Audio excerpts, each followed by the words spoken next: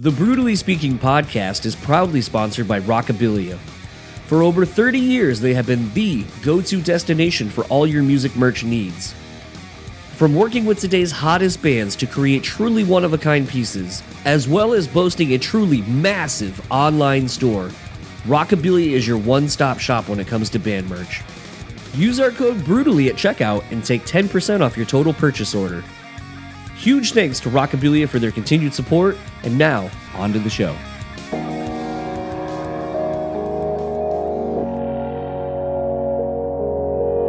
People say you have to have a lot of passion for what you're doing. This rings true because it's so hard that if you don't, any rational person would give up.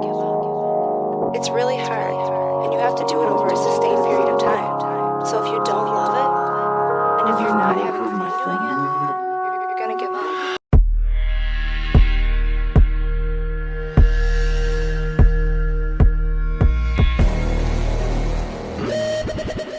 What's up, everybody? Welcome back to another episode of the Brewtally Speaking podcast. I am your host, John, and this episode's guest is the returning Jordan Buckley of Better Lovers. Those of you that may have checked out the last episode with him and Mitch, recall that I had forgotten to bring Jordan back into the conversation for about 40 minutes. The software program that I use when I'm engaged in the conversation with the guest, I go to the full screen, so that's kind of the focus. So when Jordan left, I just completely absent-mindedly forgot to double-check and bring him back in. So he just sat there listening to Mitch and I talk for about 40 minutes and tried chiming in. You'll hear that in our chats. Of note, it seems that Jordan and I, whenever we do this, now 2 times in a row, some technical difficulties happen. This, on my end, when doing the chat with Jordan, there was a thing where audibly on my end, it sounded like Jordan was cutting out really bad. Like instead of having, I could see him talking, but it almost sounded more like a noise of boom, boom, boom, boom, boom, boom, kind of where the volume of him talking should be, but instead of actual words, it became a sound of like a percussive sound. And so we were figuring that out about 45, 50 minutes into the chat. And then when we started back up, when we finally got everything up and running again, ran into a thing where, and you'll hear him, and I kept it in so that way you can actually hear him say it versus me just being like, oh, things were fucked up. That basically he was having the same issue in reverse. So I adjusted a setting on my end, and then he said he could hear me just fine, so I rolled with it, and it wasn't until I went back to listen to the whole thing and put everything together that Jordan's side of things actually there was nothing wrong with it when I went back to listen, which intrigued me. So then I was like, oh, I wonder how I sound when I change my thing. And it just makes me sound kind of distant. Instead of being as clear as I normally am or as I was in the first part of the conversation, it's a little more, for lack of a better term, of what I was able to do to fix it. I sound a little bit more farther away, almost like I'm on a phone. I tried fixing it as best as I could. I don't think in the grand scheme of things it's really that bad. If you've listened to this show for as long as it's been around, you've heard way worse. So just know that will be a thing. You'll hear, obviously, Jordan say, well, you sound like shit now. But something about this that was really intriguing to me, and if you listen back to the episode with Mitch and Jordan, there were things that I wanted to talk to each of those guys about separately, and I'm kind of glad it worked out the way that it did, even though it wasn't intentional, where Mitch's episode really was focused more on Mitch, and the episode now with Jordan is focused on a lot more of the things I wanted to discuss with Jordan, and a lot of that stems from, if you follow him on his socials, mainly I would say Twitter, or I guess Instagram, his stories more than his posts necessarily, but he, over the last, I'd say it feels like maybe 10 years, maybe a little under, that it feels like he has really been on a journey of self-improvement in multifaceted ways. And to me, as someone who tries to improve myself in various ways, it's a very interesting thing to see someone else going through that process a little bit further in the journey than yourself. And so I always wanted to kind of pick his brain and just kind of figure out like what led to these things, what he's learned about himself, how he's been able to harness the new things he's learned into his life and put them into actual like practices. And some of the things that he's done are a little bit unconventional to most, I would say. To me, they kind of align with a lot of how I feel as I'm getting older, how I want to approach things in my life. And I'm being kind of vague to a degree, but because I don't want to necessarily give away what you're about to hear. But it is something that I really value, people that are on that self-improvement journey and maybe not doing it in the most traditional of senses. So to me, it's something that I wanted to talk to Jordan about. And in light of the fallout of Every Time I Die and the things that happened, the divisiveness between members of the band, and I would ultimately say even the fans. I'm going to say this, and this might be divisive in and of itself. I'm not really one, I've beaten this to death on this show, I know. I'm not really one that's like super likes being on social media much anymore. The more I kind of poke my head into it more than for a couple minutes at a time, I kind of get back to the thing of like, I fucking hate this. It's so toxic, always. At one point I was in an Every Time I Die Facebook group, and the one perk that was in it when I first started was that's how I ended up meeting Ivy, and subsequently getting her and Nate on the show to talk about their relationship and kind of their relationship through the journey of Finch's success and career.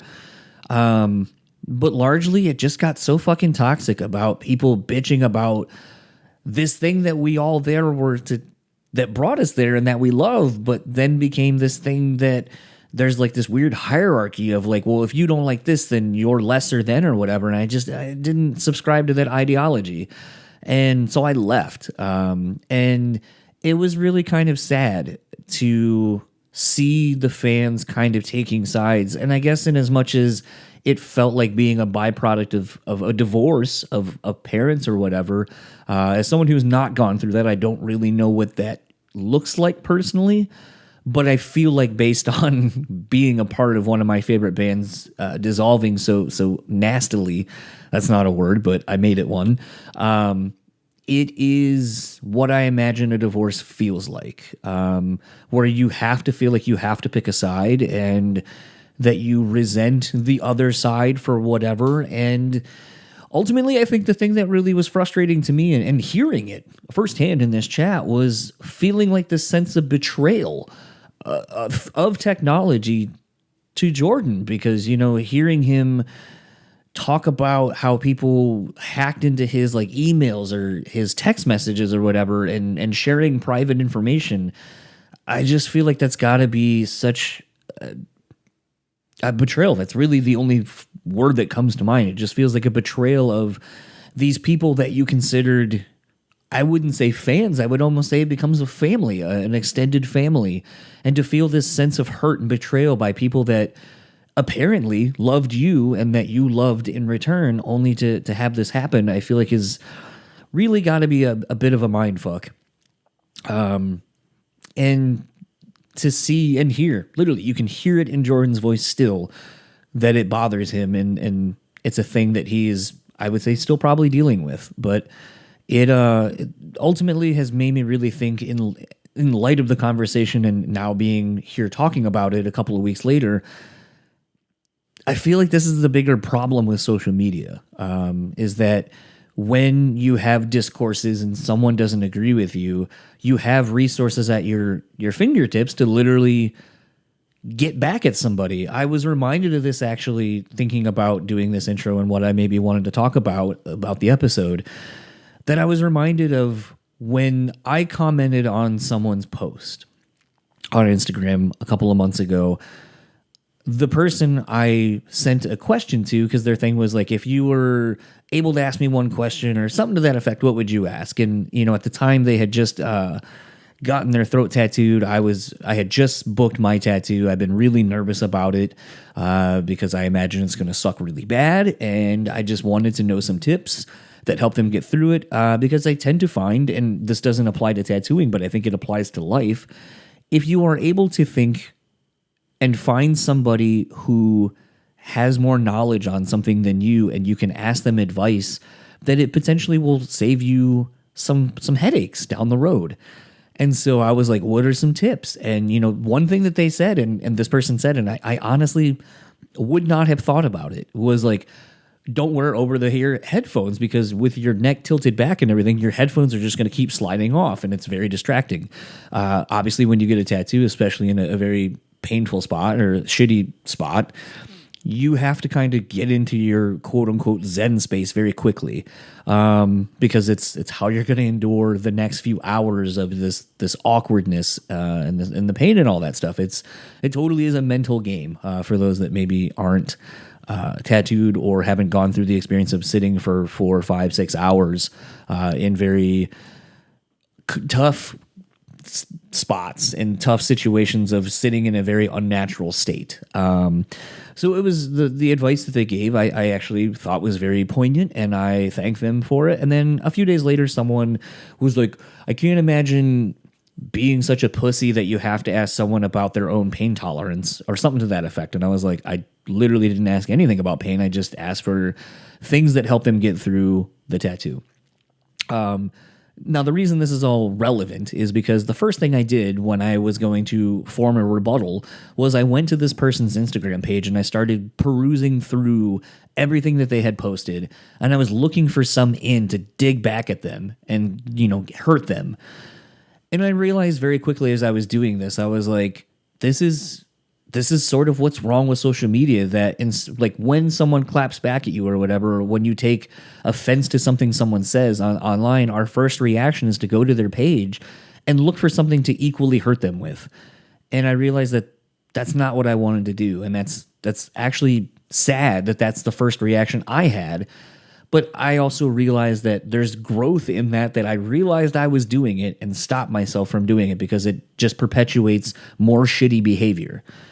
I would honestly say more people probably do not take that moment to stop for a second and then step back and then choose a different path of recourse to the problem.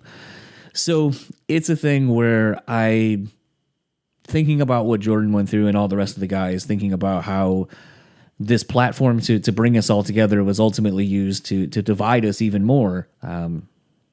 It's crazy. It's crazy to think about how our first instincts a lot of times are to hurt those that we apparently love or admire, or whatever word you want to use for things. So been a lot of thinking.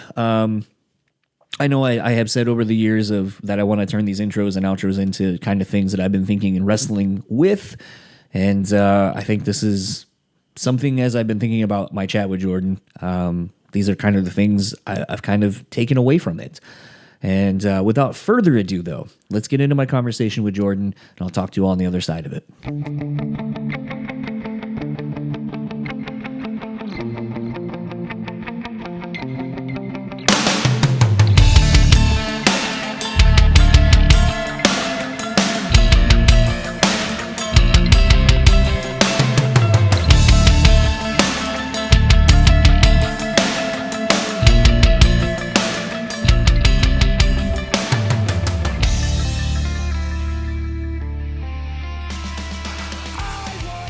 Controversial take. I was thinking somewhat recently, I think people think Whitney has more hits than she really does. I think she just kind of lives off of like...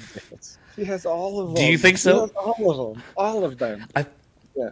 I don't know. I don't know where you're coming from. Can you name, like, not to be this fucking asshole, but can you name more than like 4 or 5, and any of them after a certain point of her career where she got like kind of like after the 80s and beyond, like the Dolly Parton cover from The Bodyguard. Like after that, I can't think of another hit she had. Well, after the Dolly Parton, The Bodyguard, there was. See, here's the thing: if you play them, I know every word. My sister loved Whitney Houston, and so we had a lot of Whitney Houston being played. And I mean, you got what was. You got I Want to Dance with Somebody. I'm your baby tonight. I think that one was post Bodyguard. Then there was I'm gonna look up Whitney Houston I'm real quick. every woman. That one. But I that see. I was don't know the order. Then you obviously you got your want to dance with somebody. That's a ripper. all right. So I'm looking it up right now. I Yeah. want to dance with somebody. Okay. 97 or 87. Okay. And then I the Saving all my statue love of for you was 85. saving Oh, all my love for yep. you. I can do Oh, that. I forgot about these two. It's not right, but it's okay. That was like her Cher Believe moment where she came back. But it's okay. Yep. Yeah, that was because. And then I Have Nothing. She did a lot of empowered female lyrics after like the Bobby Brown stuff, to show everybody that she was okay. And then the Star Spangled Banner at the Super Bowl 25, where the Bills lost to the Giants on the wide right field goal. That's just a hit in its own. She kind of just made the song her own, like they say on Idol. Like when I think of that song, I think of Whitney Houston in the tracksuit.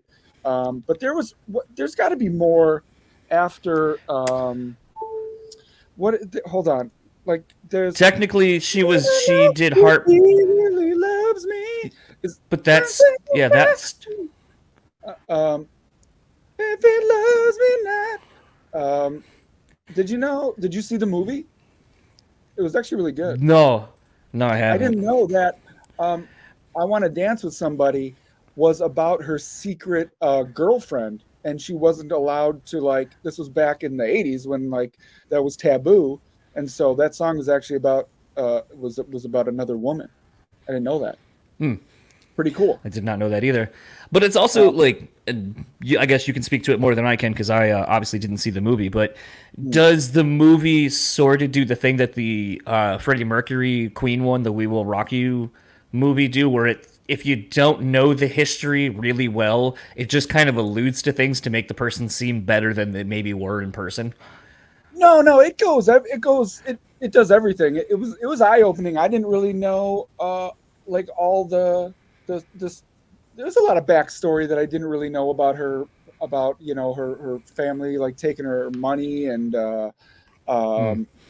like I said with she had a secret girlfriend I didn't know about. Then there was a lot of the drug stuff. I mean, her story was pre-internet, so it was actually you were actually able to keep things private back then. So right. This was oh wow, she really was messed up on drugs, and it wasn't really all. Then you kind of get it framed like it was all Bobby Brown's fault, but it kind of really wasn't. And I mean, she had a stressful life, and she took that path that a lot of people take, and it's a sad story. It's like I was reading earlier today. You kind of it's good because you know how it's gonna end. You know how it ends up, and you're still watching the movie man, maybe they'll take the Inglorious Bastards route and they'll just change this and it'll be a happy ending. But no. But yeah, she's great. She's just angelic. The one, if you look, there is a what's not montage, but a medley of hits that she does at an awards show. And it's just absolutely insane. I watched it on the movie, and then I had to go to YouTube and watch it. It's absolutely incredible. She was an angel, the greatest. There's really no one I can think of where right now currently where maybe Adele, where the voice just stops you in your tracks, and you're just ooh, she's got it, But anyway, it's weird because I have come to the conclusion, I think, and this is my personal opinion, I think Aaliyah would have been the next in line of that crossover artist that not only was kind of in a Whitney sort of a Mary J. Blige kind of spot where it's I am R&B, I'm hip hop too, but now I've also traversed into film. And I think Aaliyah would have been the next real big crossover artist that just would have been a fucking massive star, pop culturally, more than she already was. Tina Turner and Whitney Houston, and I really like Adele's voice. Man, that's that kind of I know. Tina Turner and Whitney Houston both were gospel kids growing up. I don't really know Adele's story, but yeah, I'm a sucker for just holy shit, just that, that God-given talent of just a beautiful voice. Christina Aguilera, she was hitting some high notes for a while that really that were nice. Do you like Mariah Lana Carey. Del Rey? I think I'm just starting to get into Some of her. it. Yeah. Yeah, I'm just yeah, kind of, because I feel like for a while she was sort of. A friend of mine was like, Lana Del Rey is what Deftones is for men. Like, it's Okay. sexy and it feels good, but it's kind of more for women empowerment and make you feel good Milky. about yourself. Yeah, and then Yeah. I was just like, okay. And a couple of songs I've been listening to that's kind of been like popping up on various playlists and stuff. I'm like, I think my friend is right. It is like really sensual music, but it's also, it Mm. kind of can stand on its own outside of that as well. It's just good songwriting. Mm. Yeah, I think I might be entering a Lana Del Rey phase. Well, I Maybe. mean, it's Haley new season, Williams new too you. is I can listen to Paramore all day if we're just going to sit here and talk about female voices. Um, Well, I mean, going back to some of the Warp Tours you did, you got to see quite a handful of like awesome women vocalists. Katy I mean, Perry, Katy yeah, Perry, yep, uh-huh, famously. yes, this one that comes to I'd, mind. her and Travie McCoy and a lot of the things extracurriculars they were doing on that tour. Yeah, I walked by. I would always give if I ever walked past her, I would give her like the fake good set, even though I didn't watch. I'd be like, "Oh, good set," just so I could like have something to say, I guess. The Sounds, oh my god, that band! I don't know if I ever got into them. They're from like Finland or Sweden. Yeah, I don't really know yep. if they're making music anymore, but they were on like three of the Warp tours. I really, really like the Sounds. They had that. They had like this like '80s sounding back, like about 10 years ago when like it was cool to be '80s. Like they were kind of kicking it off. They were one of the first ones to have like synth, and you like hear them, and you're just like, is this song 25 years old or wait, what am I watching? Like shit, this is amazing. They're fucking dope too. I hope they're still a band. Same with like the Marzamets. I actually got to see them because I was Oh, chasing all through the state here in Michigan yeah, the Etid Salem 7-inch, and I went to yeah. Kalamazoo, came here back to Grand Rapids, went to Lansing, and finally it was a thing of I think you guys had posted you had it at the merch table in Detroit, and my wife was like, Mhm. "We don't have shit to do. You just want to go to Detroit and go see the show." I was like, "To get the 7-inch, yes." Yeah, yeah, yeah, So, yeah. and then We that's how played. we found out about the Marzamets. They, I, another band where I hope they're still making music because we did a used tour. It was us and them and I forget what the fourth band on it was, but it Was was there four? Francis Bean. It was Kurt Cobain's daughter's boyfriend's band, and so I Okay. saw her. Speaking of just walking by famous people, famous women, like that was another tour where like I was like, oh my god, that's Kurt Cobain's daughter. That's fucking cool. That's got to it's got to be What were weird. they Like we were called? Eries or I something, maybe? that sounds right. Maybe I'll Google it real quick. Your baby How do I tonight. find that? Paris Jackson's or no, sorry, No, Francis. not Paris Jackson, not Paris Yeah, Jackson. Francis Bean, yeah.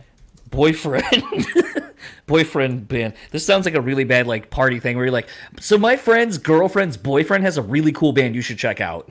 Mhm. Yeah, let me. Uh, I'm looking up. Yeah. See, Francis I Bean marries Tony Hawk's son. What? yeah, that just happened. That just happened. Oh, fuck, I The guess. Bodyguard soundtrack. I have you ever seen the movie? It's so weird that we were talking Yes. about this because I've never seen it, but I just started it a The week Eries. ago. You were right. Called the Eries. Yeah, series. There you Um, go. Good memory. yeah, so the Bodyguard soundtrack had "Run to You," which was amazing. "I Have Nothing," great song. Um, yeah. Well, dude, that's like I was mad pissed. I was supposed to go see Brian Adams like about 2 months ago. Okay. Super excited about it, and then for whatever reason, the week part of our tour just canceled. No explanation, no nothing, and you're like, Right. why? Like I got like a thing from Ticketmaster on my phone one day that was like, your show has been canceled, refunds already on the way, and I was like, well, what the fuck? Why? What happened? Ugh. The rest of the tour is still happening, and I'm like, and then someone was like, oh, this my wife was like, I don't know any Brian Adams songs. I was like, you know some Brian Adams songs, you just don't know. and I started like playing Brian, like a shitload not of Brian. Ryan. Yeah, Brian Yeah. Adams, like Summer of '69, and she was like, "I know all these songs," and I was like, "Fucking hit after hit." That's Whitney Houston. So my sister, I'm sure a lot of people know, I had a disabled sister, and I don't know if you've ever had anyone disabled in your life, but there's just things that make them happy, and it's just the best. And then you get happy off of their happiness. And so with my sister, it was Whitney Houston and Wheel of Fortune. And so I have a lot of hours clocked in of watching Wheel of Fortune and listening to Whitney Houston. And I'm going to miss Chae, Jack. He's retiring. This podcast this is going to go off the rails. Well, I mean, I was going to say, like, it's almost as good as the last one where when I was done and I just posted a screenshot and I was like, this one went everywhere, and Mitch is like, it went everywhere and nowhere. And so, the one thing about it was that I was on. So the last time I was there for a half hour, and I had no idea that you guys couldn't hear me, and I was like chiming in, and like I was like, oh, dude, my jokes are falling flat. And then that's when I get a side text from Mitch. It's like, are you coming back? And I'm like, dude, I've been here for a half hour. Like, that was my fault. That's all right. Oh yeah, that was my fault. Did you? But I mean, I never listen back to any podcasts I do. Did you cut that half hour, or because it was just you and Mitch talking about football? It was great. No, kept it. I don't cut shit. Because that's not fair. Like, that's not how. Like, because the point of this is just it's a conversation. First of all, secondly, it's like that's not fair for the time that you and I actually spent talking. Like, that would like if you did that and you're like, well, why the like unless you said really horrible shit or I did, it's like and you cut it out. That makes sense, but it's like, I didn't know how it came across to the listener because I never listen back to like podcasts or interviews I do. I actually had to last night, and it's just like I don't know why it makes my skin crawl so much. Like we got this cool little like 10-minute documentary thing coming out because Better Lovers has been, I think tomorrow is the 1-year anniversary of when we like existed, when we first put our first video out. Yeah, April 17th. First put the song out, and so our buddy Neck, who just did the Flowering video, the bass player of Straight from the Path, he just filmed our whole first show and did a couple interviews. And so we're like, all right, let's save this and put it out around like, the 1 year mark. And so since that's tomorrow, I kind of have to watch it and give my notes. And I'm just like putting it off. Like I dread having to like watch myself talk. So I'm glad that the last one went well. And I thank you very, very much for having me back. Well, so what's funny about it though is like I'm used to not getting feedback about this thing very often. It's changed in the last year, I think, since I've actually really vocalized it. Like I put it out, I see the numbers it does, but beyond that, other than one snarky, shitty comment years ago where someone goes, "How do you keep?" And it was with I think from Mike from Stained, and he was like, "How do you keep getting these big guys? Because your show sucks and no one listens." Yeah, I mean, and I was like, "No, whatever." You ain't shit if you don't have haters. If you're doing something and nobody hates it, you're not moving the needle. So it's that's what Ice-T said, and I quote tweeted him one day. I was like, I'm listening to the Final Level podcast. He said something very similar, and I tweeted it. I was like, I needed that daily game. And then he quote tweeted me, and he was like, just remember, haters don't hate up, or haters don't hate down. They only hate up. Oh yeah, I mean, you're stirring up things in people that they have to realize about themselves. And I'm sure it was just someone who wanted to have their own podcast and doesn't, and has to convince themselves that it's okay by hate trolling you. Plus, who cares? Like, it doesn't matter. It doesn't matter. But I think my favorite thing, though, was actually because we talked about a month before Blissmas, and I found, speaking of things I found one of the beers. So I'm going to crack it open. It might be expired, but I don't care. I'll go for it.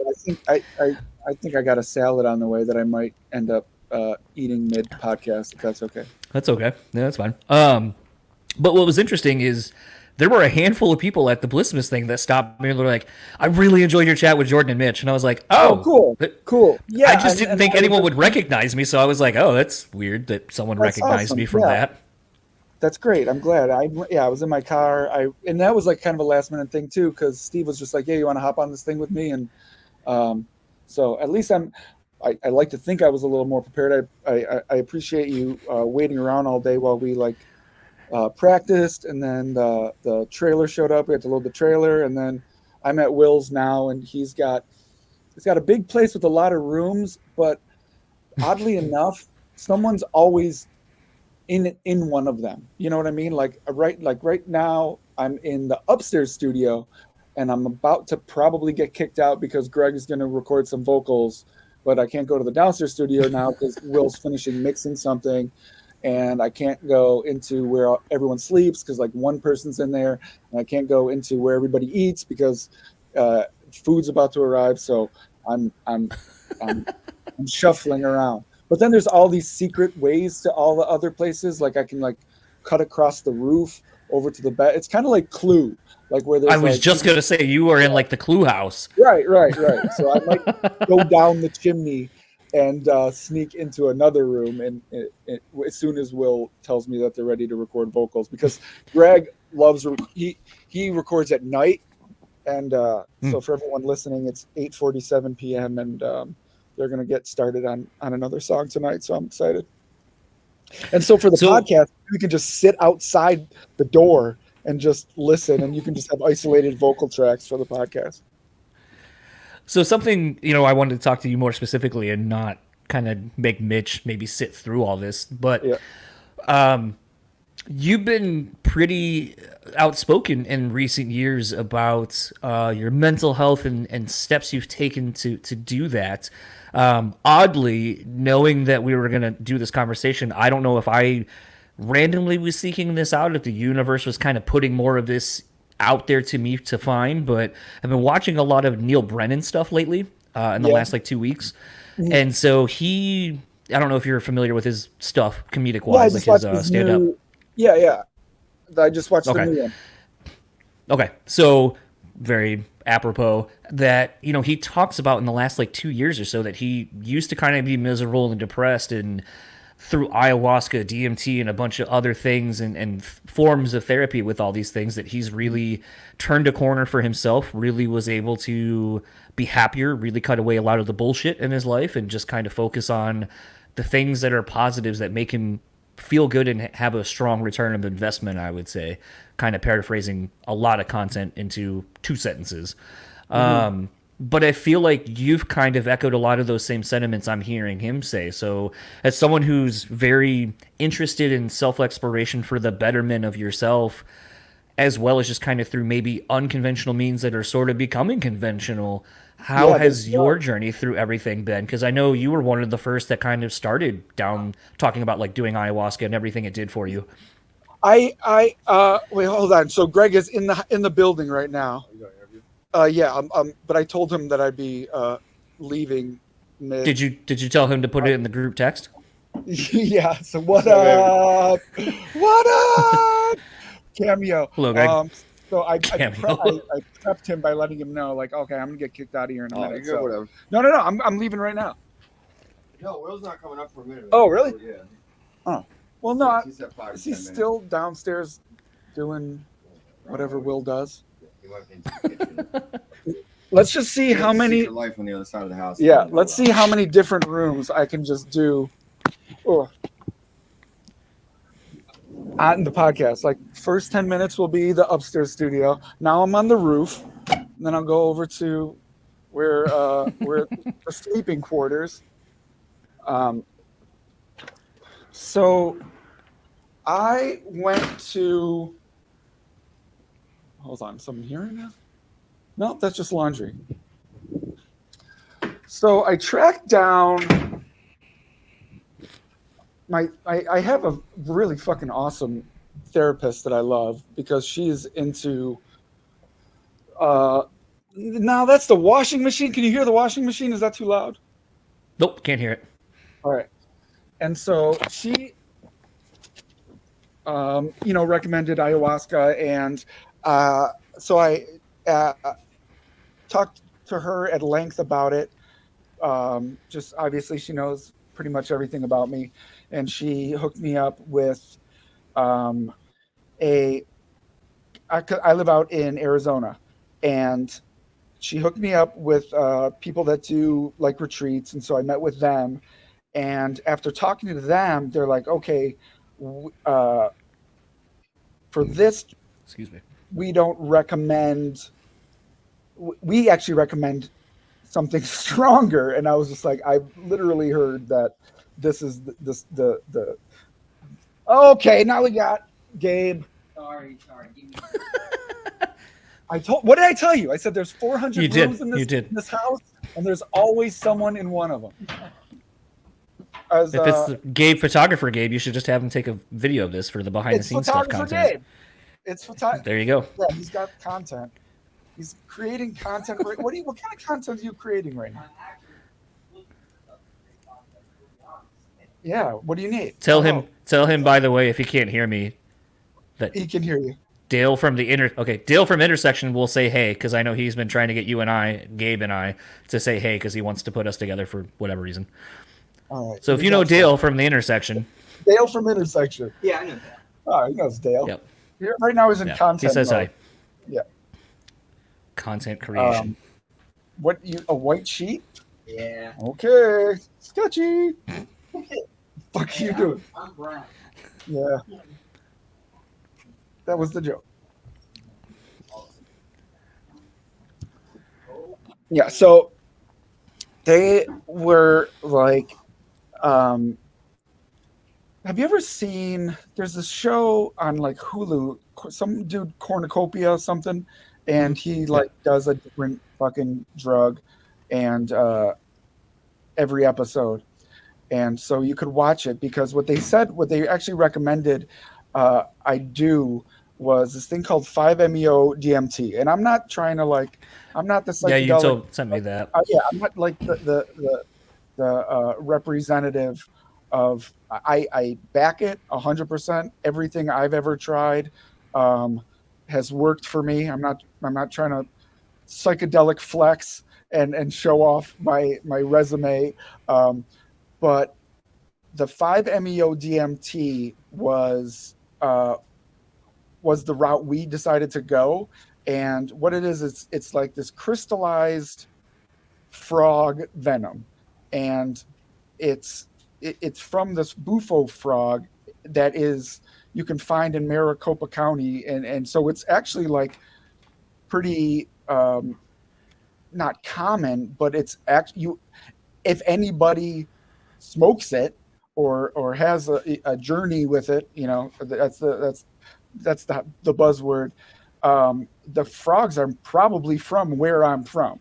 So it was just a coincidence that it was just like, no, this is easier to get. And that's kind of why we went that route, is because there's so many, it's not as accessible outside of the Arizona desert. And it is like, they told me it's like 10 years of therapy in 10 minutes. And so you go, and I met with these people a couple times. And then when I finally committed to it, it was pretty amazing. The first, you do like 3 rounds of, and I've never smoked crack, but I would assume it's kind of like, it looked like a fucking crack pipe. And it had crystallized fucking frog venom in it. And I was like, holy shit, this is like Beavis and Butthead where they like lick the frogs. Like, this is like all coming full circle. And because I grew up watching that show. And so like, I'm like giggling because I'm thinking of Beavis and Butthead the whole time. And they're like trying to be serious, but it did get very serious eventually.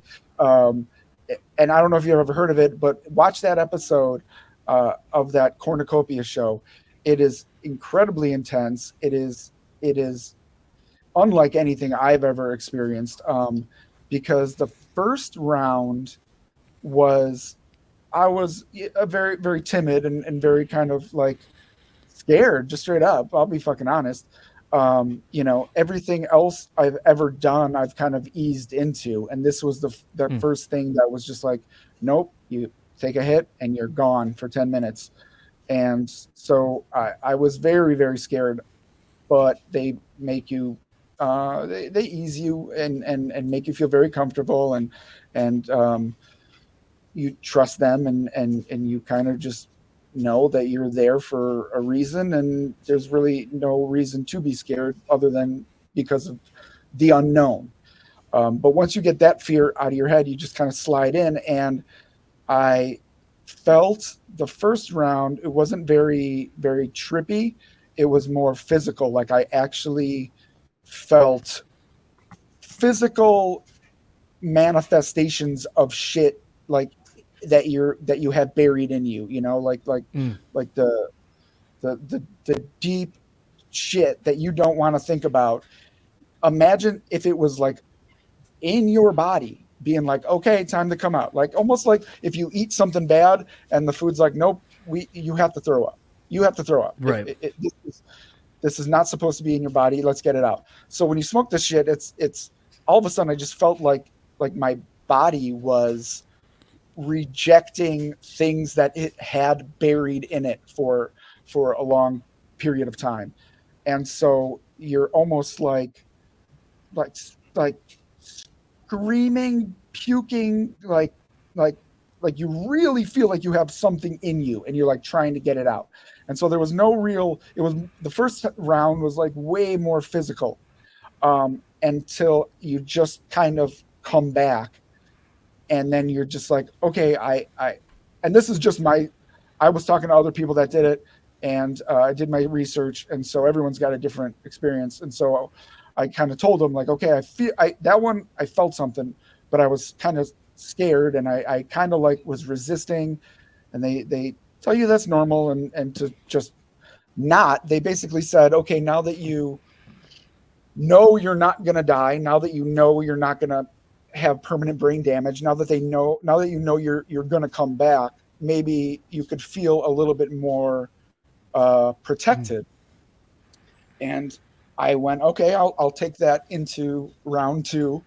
I'll take that thought, that theory, that mindset into round two. I took the second hit of this crystallized frog venom, and that's when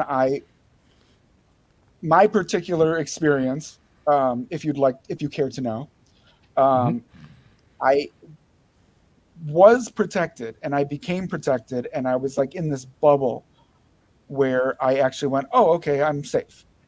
I'm going to be back in 10 minutes. No matter what happens, I'm going to be okay. I never felt so safe as I did in this bubble. I never felt so protected. And then I went to hell. I just sank through the floor and went to hell, and had an experience, a very, very personal experience where I'm sure everyone in their life knows someone or has someone in their life, or two people or three people or groups of people or a group of friends, whatever, that kind of like being in hell. Like you can tell they like being miserable. They like complaining. They like the idea of being a victim of their surroundings, and they don't actually want to leave it. And so I went to hell, and I saw everyone from my life that chose to be there. And I said, I don't want to be here. I never wanted to be here. You're all here because you're choosing to be here, and I'm out of here. I don't have to be here anymore. This is my life. This is my choice. I'm out of here. I'm fucking out of here. And I started I was like fucking just, it was hell. It was flames. It was misery. It was terrifying, but I was in this protected bubble. And so every single time I said, I'm out of here, I lifted up higher and higher. I'm just like, I don't have to stay. You're the ones that are choosing to be here. I'm leaving. And every single time I verbalized this, I kind of floated higher and higher and higher. And then they had black tentacles and they were trying. It was like half you're staying here, half take me with you kind of thing. But I was just like, no, my life is my life. I'm fucking out of here. And I just, every single time I said that, I was just floating higher and higher, and the tentacles were kind of like falling off one by one. And I swear to God, I never felt so cured of just depression and just angst and fear and just like hopelessness of being in like other people's hell. In 10 minutes, to quote what they told me, it felt like 10 years of therapy in 10 minutes. And so I kept just floating and floating and floating until like I was just in outer space in just this amazing, timeless, like river of safety where like the universe, I know this sounds crazy, but this is just absolutely what happened. The universe was just like, we got you. Like, we got you. You don't have to do a thing. Everything is happening for your benefit in your life. Everything happens for a reason. Everything is there for you. Life is happening for you, not to you. Everything really will be okay. And I never felt so fine and taken care of by the universe than I did then. And it was so great because then I come back and then I still get a third. I paid for 3 trips, so I still get a third. and the third, you speak with them in between every session, and you're gone for like 10 minutes, but it takes you like 45 to come back. Can I ask, is this all in succession, or are these like today you're doing the one, you come back another day, do a second? No. You do the one, you're gone for like 10 minutes. Then it takes you about 45 minutes to like completely regain your senses and feel like clear-headed. And then you do, and then you tell them, okay, I'm ready for another one. You go. Okay. And then the second one was just like so amazing that like, then I just like laid there for like 45 minutes just in complete just bliss. And so then we talked more and I told them what happened, and they said, okay, well then now that you have a good experience, now that you're not afraid at all, now you can like enjoy this one. And I was like, yeah, absolutely. So I did my third one, and then I completely elevated to this completely time. There was no time. There was no, it was just, I had no body. I was just completely a part of this river, this smooth, it was like a universal lazy river where just the universe was just like, you are on the right path. You are with the right people. You are doing the right thing. You are safe. You are protected. Even when it's hard, that's hard because it's supposed to be hard. It sucks because it's supposed to suck. No matter what, you're going to be okay. And it was just, and then you have this just really, really out of body spiritual, just cleansing of just reassurance that you're taken care of. You can be happy. You're allowed to be happy. You should be happy. Everyone should be happy.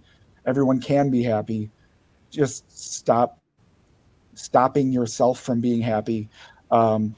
And I mean, there was and it wasn't like the kind of bliss you feel like, at watching your kid, play baseball, or the kind of bliss you have when you're like, with the woman, with your partner that you love. There, it was next level outer space bliss. And I just kind of came back, and I've been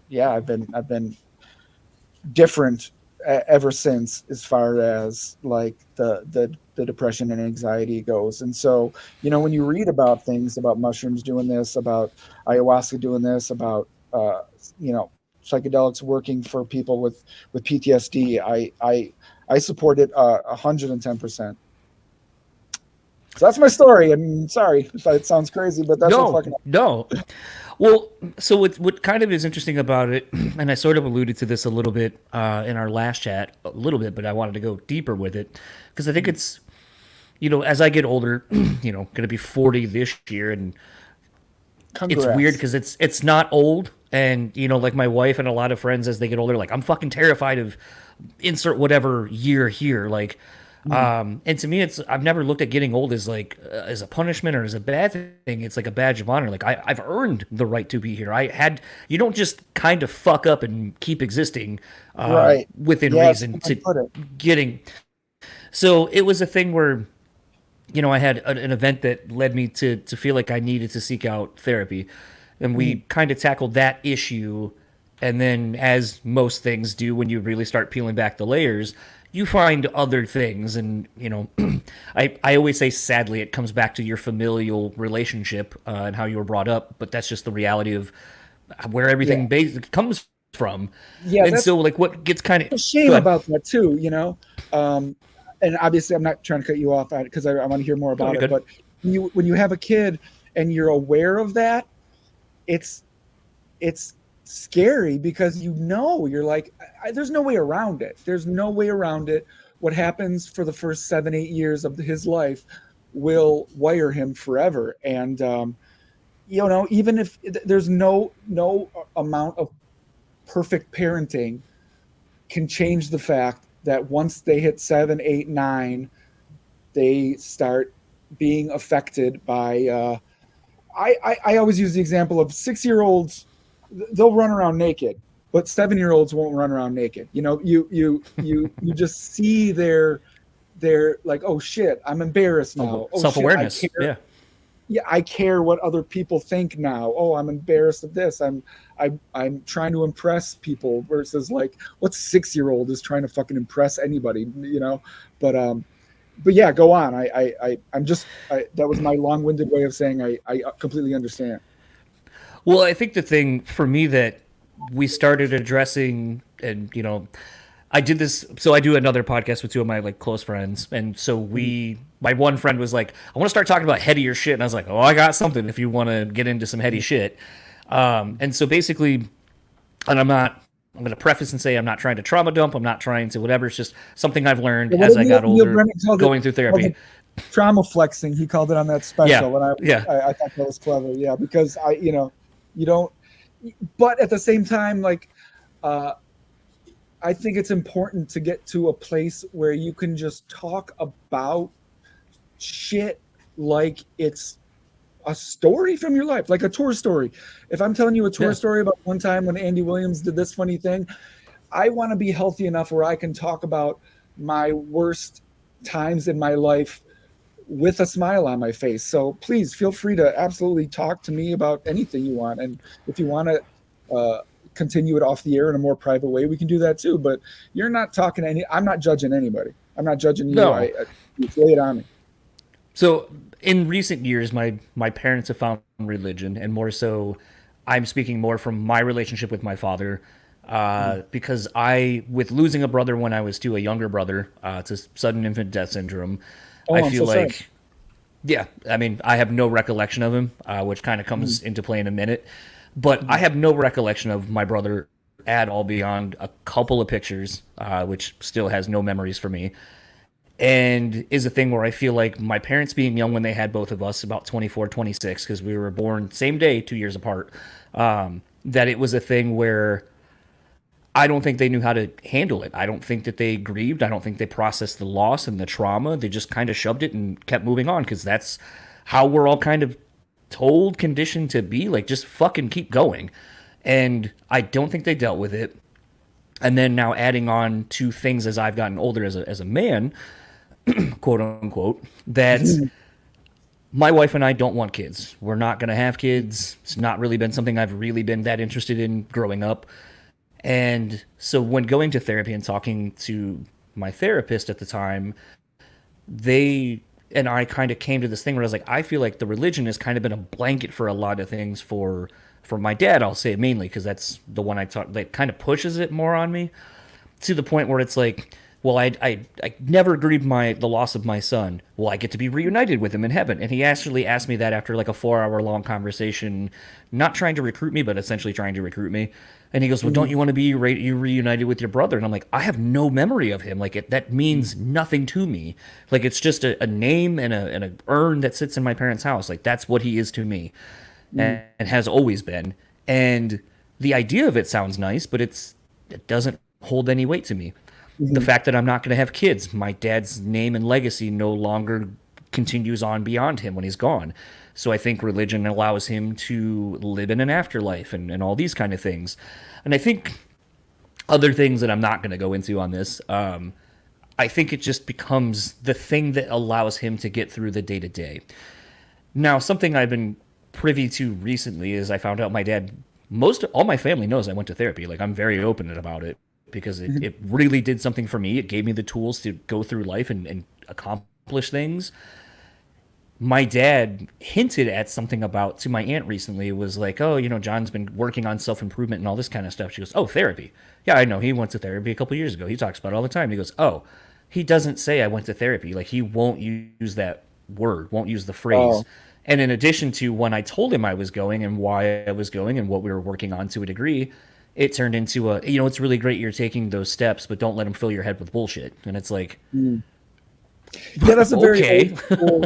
Yeah, it's a very, very old school to kind of circle back to how you're wired as a kid. I mean, the older generation was wired to think that, I mean, that's the plot of The Sopranos, is that he's secretly going to therapy. It's just, it's more, thankfully, I think personally more addressable and common. And but yeah, you're just going to run into. I'm sure there's going to be things when you're his age where you don't even think it's a bad way to look at things. You just grew up thinking this, and then you didn't have that veil erased, and so you go through your life thinking, oh, this is not what men or anybody do. But yeah, I guess the only thing you could really do is just, I mean, have you ever tried to explain to him the benefits of it? Yeah. The big issue lately, I'll say in the last year, actually, so a big thing for therapy, the big two things we uncovered and that I worked through one was imposter syndrome. It's funny to hear so many people use the term now, because when I was being discussed during my sessions, it wasn't something I really had ever heard anyone say. But when they kind of explained it to me, I was like, oh, that's 100% it. And so many facets of my life where it's like, even doing this sometimes where people are like, well, why don't you feel you're deserving of the success the show has? Why don't you feel like you're deserving in a job to get a promotion? I'm like, I don't know, because someone else is better than me and they're more deserving and I can say why someone's more deserving or better than me, but I can never put it internally and be like, well, I work like fucking Stuart Smiley. Gosh darn it, people like me. I'm hardworking and all those kind of things.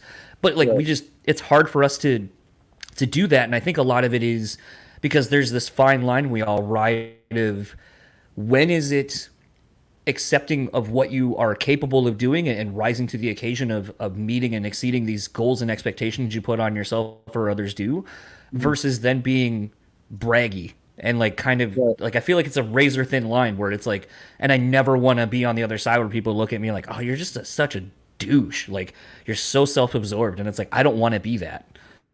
Yeah. But then the other thing of it too was boundaries. I was real bad at setting boundaries. I'd let people walk all over me. And I would get mad, and then that would affect my mood. And so a big one was I had to set boundaries literally with my parents. And it's like, that's real fucking hard. Send me some text on how to do that, because I have no idea either. I heard, okay, so I'm have been familiar with imposter syndrome because it's so common in the art world that I only associated it with that, because I thought it was just something that's. Can I cut you off for a second?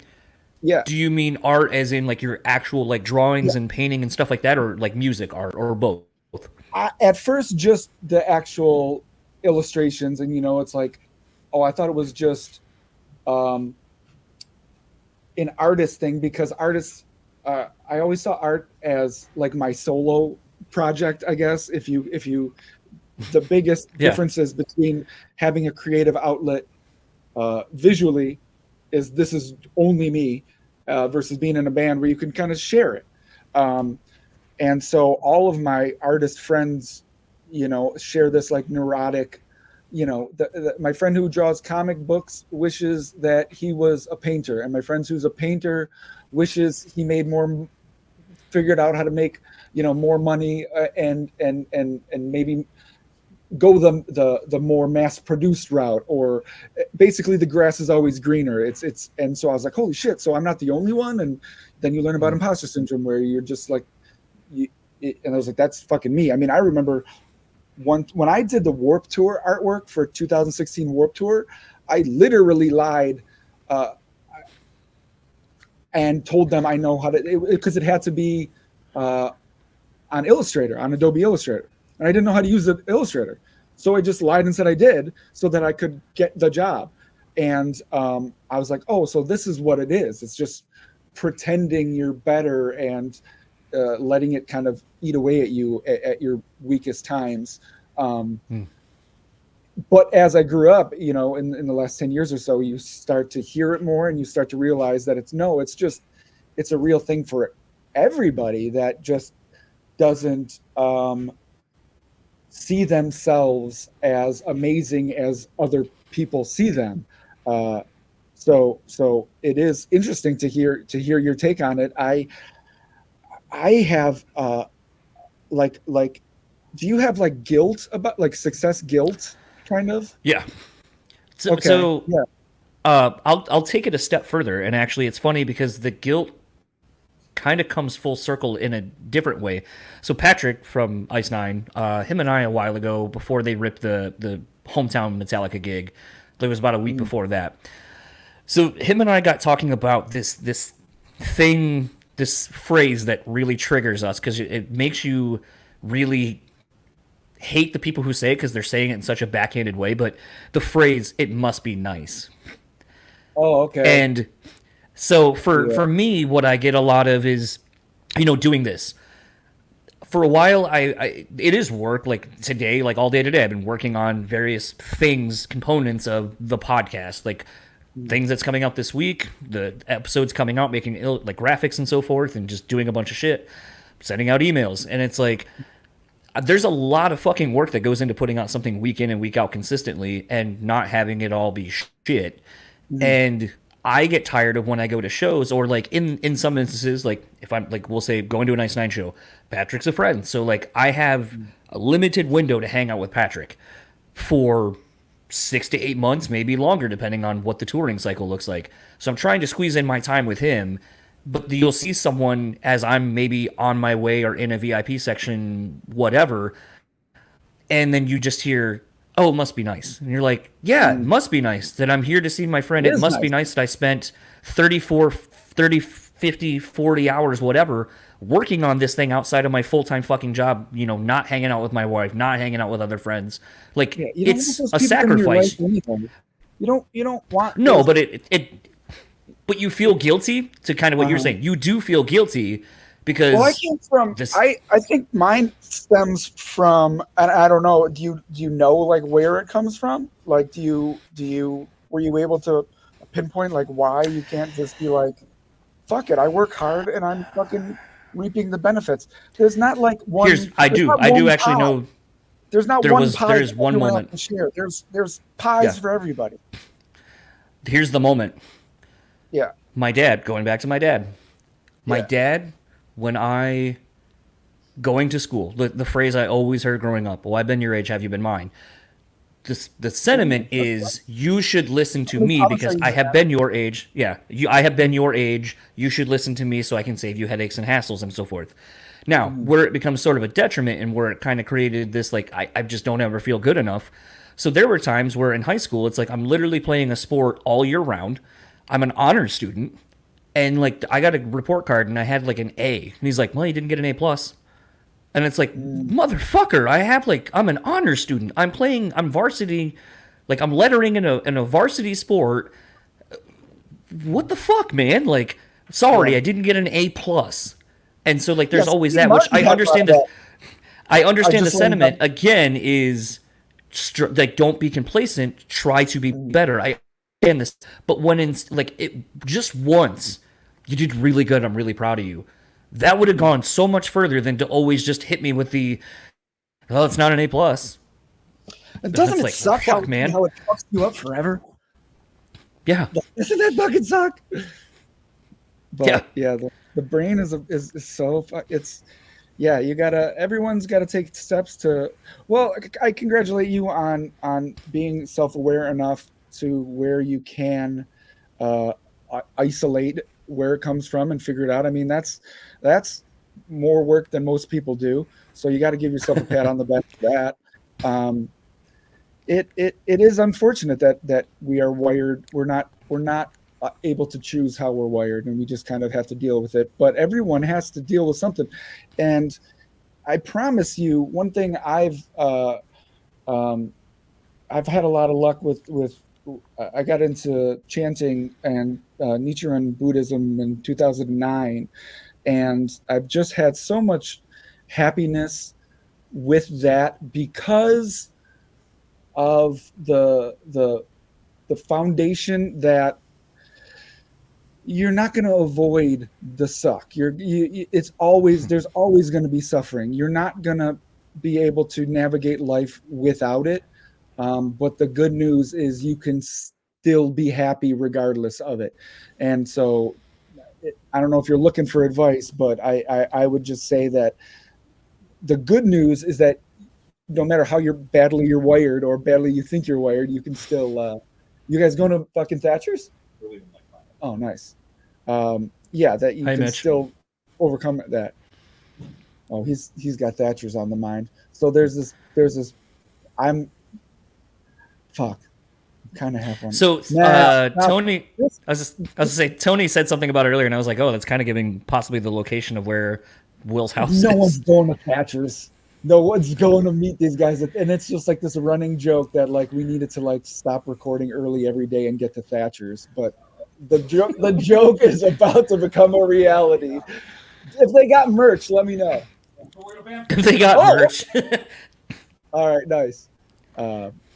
We can wrap this up so you can go. No. I'm trust me. Okay. I don't need an excuse to go to Thatcher McGee's. I'll finish the podcast, but are you gonna? You need the room for a little bit?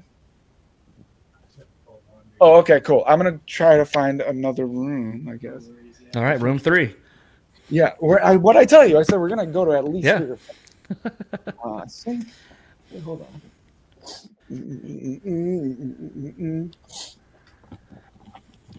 I mean, I'm like acting like we need privacy when we're on a fucking podcast. That's the funniest thing. It's like whenever I do interviews, I always forget that. Oh yeah, by the way, everyone's gonna hear it. Can hear this. So that's cool. All right. I do think there is something. I mean, even kind of, because like with like something like I thought about this the other day. Because like with something like BetterHelp, like their whole thing is.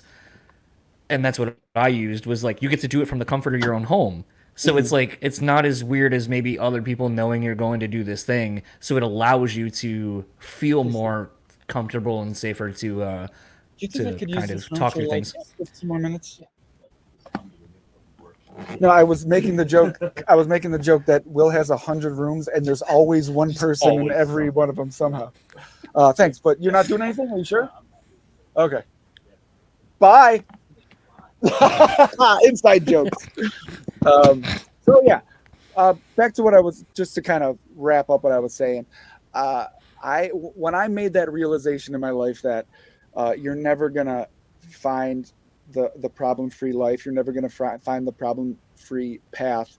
But once you accept that you're gonna suffer in this life, but the good news is you can get through it. Like you can actually get through it. That provided me with so much comfort, and it was just the answer I was looking for. So I know it's a lot more complicated, and I know it's a lot harder for a lot of people, and I know that I'm very, very, very lucky to to have the life I have. But everyone has their battles, and everyone has their wars that they're dealing with, and we don't know about most of them. And the good news is you can get through them. And so, also I'm lucky I don't have any fucking dad shit. I don't have any parent shit. I love that my parents are great. But a lot of people are going through what you're going through, so like take comfort in that. Take comfort in the fact that is, it's like I was saying, I just watched a Steve Martin documentary, and he had the same thing. Like he could not get his dad's approval. And so, next time you're at a point where you don't know how to get past it, just be like, well, Steve Martin figured it out. Actually, no, Steve Martin didn't figure it out. So maybe that's the point, is that there's just some things that you are going to have to make peace with. And I'm really not trying to minimize what you're going through. I'm just to give you a virtual pat on the back and a hug. Well, I think the big thing that I've kind of come to learn, and why I love, some people in my head sometimes talking about these things, I feel like it's like, oh, here's the broken record where I talk about this thing. But like where I literally get text messages and DMs from some people I know and some complete strangers where they're like, hearing you and so talk about this made me feel like it gave me permission to seek out help finally. Because if you, a stranger I don't know, and someone I've long admired in their profession for, however long, if you guys are so open about it and how it's positively affected you, why wouldn't I? And it's like, well, yeah, that's why, And also, like, don't you want to know about yourself? Like, don't people want to know about their brain? Like, there's 8 billion people on this planet. Everyone has a completely different. There are no two that are exactly the same. Don't you want to get to the bottom of, why does this make me angry? Why does this keep me up at night? Why do I find joy in this but no one else does? I'm just interested. I want to know. And then like the fact that you can like trace it back to stuff is just so fucking fascinating to me. Whether it's stuff that happened in this lifetime, or whether it's stuff that's in your DNA, or whether it's unavoidable, whether it's stuff you learned, I just find it so fascinating. I never took a psychology class, but I've read my fair share of self-help books, and I've just become so interested in mastering my own mind and mastering my own life. And I'm never, preachy about anything anything on that's helped me along the way. But I hope just to be the kind of person that people can come to and say, it seems like you enjoy your life. It seems like you enjoy your life regardless of some of the awful things that were made public and that you went through. And I hope I can kind of motivate people to just,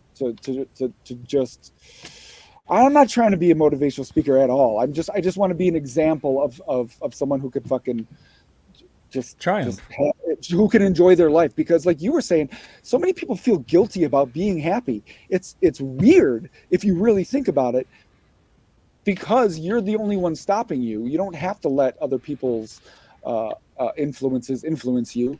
It can be done. You can be happy. You should be happy. Everyone should be happy. It is absolutely what I believe. I believe everyone should, and I believe everyone can. And I'm not here to force ways of doing it down anyone's throat, but I just kind of want to be proof, I guess, is all I want. I want to be proof that you can overcome fucking shit, and I fucking have, man. It's been a rough fucking couple of years. I did not, growing up with as anyone with a disabled sibling knows, it's very difficult. It is not a normal childhood. And it's funny too, because and stop me if I'm going too far off topic, but when I first went to therapy, I said I had a normal childhood. I had a great childhood. And started talking about my life, and was like, yeah, I had a disabled sister. And so, and like, I kind of saw her like perk up, like, okay, we're going to come back to this. And then like within like, a month, year, I'm like, oh, I didn't have a normal childhood at all.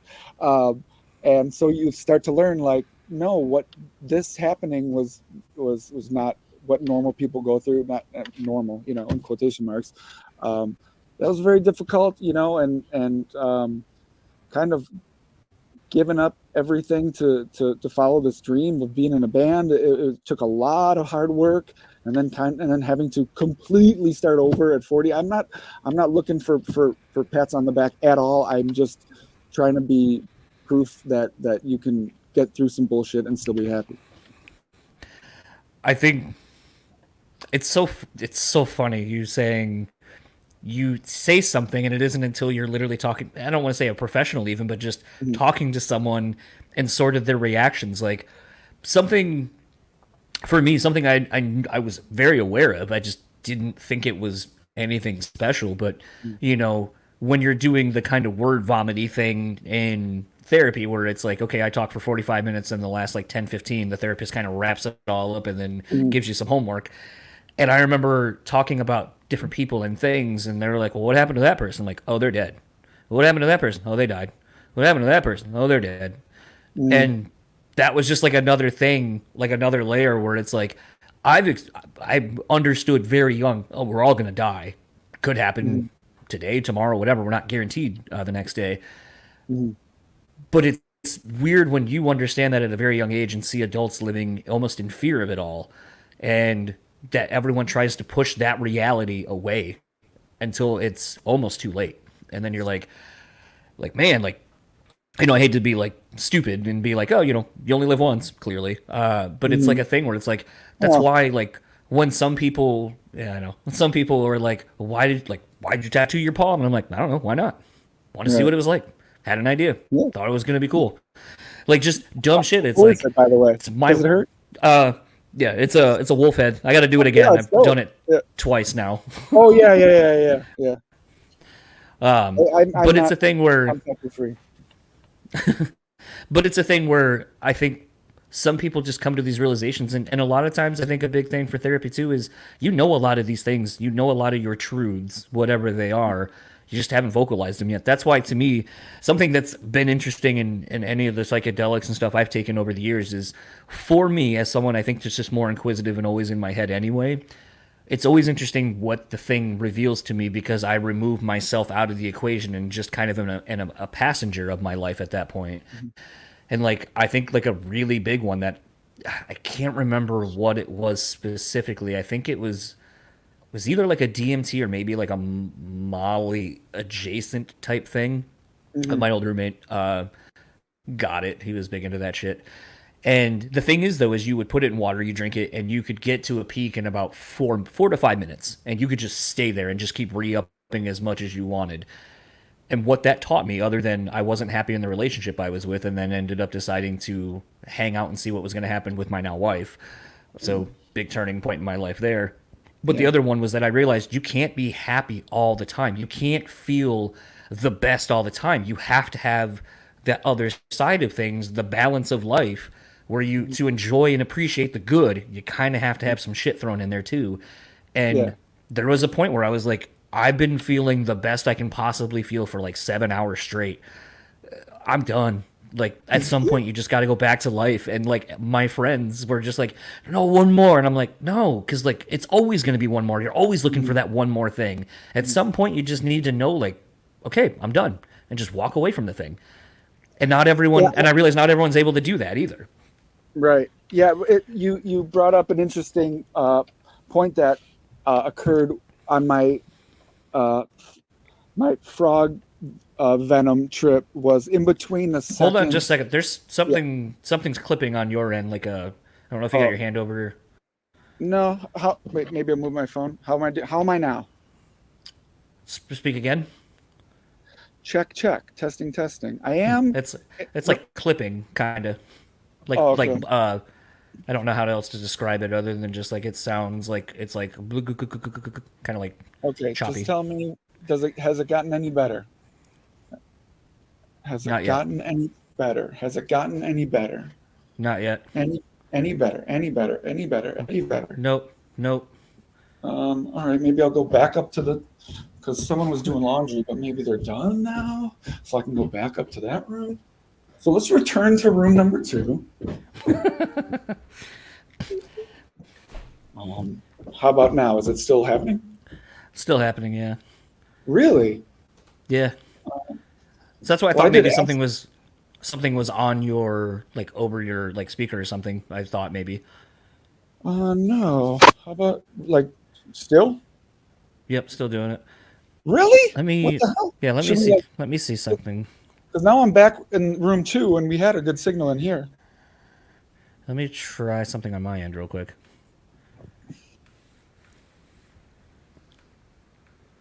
Try talking now. Check. Thanks for having me in room 2 for the fourth room, back to room 2. Maybe I should close out some apps.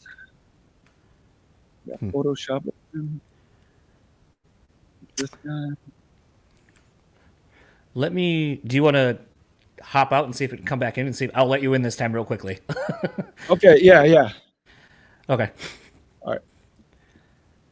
So how do I, hold on, leave this thing? Leave studio. Now you sound like shit to me, but that's okay. I can still hear you, but you're like kind of got like a cut, like a raspy kind of thing, but we'll just fucking keep going. Does that sound any better or worse? 100% better. All right. Yeah, let's just pick up like we never stopped talking. 40-somethings, or almost 40, people fucking with technology and not figuring it out. I like, here's what's funny is that I'm in a room, or I'm in a house with like the best recording equipment you could absolutely ever want. I probably could have like borrowed a microphone or like done this, taken some precautions to make sure it sounded amazing. I could have walked across the roof and asked Grammy Award winning producer Will Putney if he had something better than my Mac Air, but we're making do, so we're good. So where you left off that I could hear, you were kind of basically discussing, and I'm probably going to get this partially wrong, but I feel like you were talking sort of just about like kind of getting through the bullshit. You and I talking about kind of this whole chat of like how we've gone through therapy. We found our way through things. I had kind of left off by saying, oh, that's what it was. You had said my experience of taking whatever I took reminded you of something. Yeah. So in between the second and the third, when I got back from hell, and I'm kind of telling Bill and Ted. Yeah.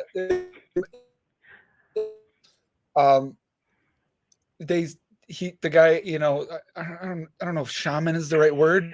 Sorry, I just also put together to really double down on the Bill and Ted analogy. Best 2 out of 3, was it? Yeah, exactly.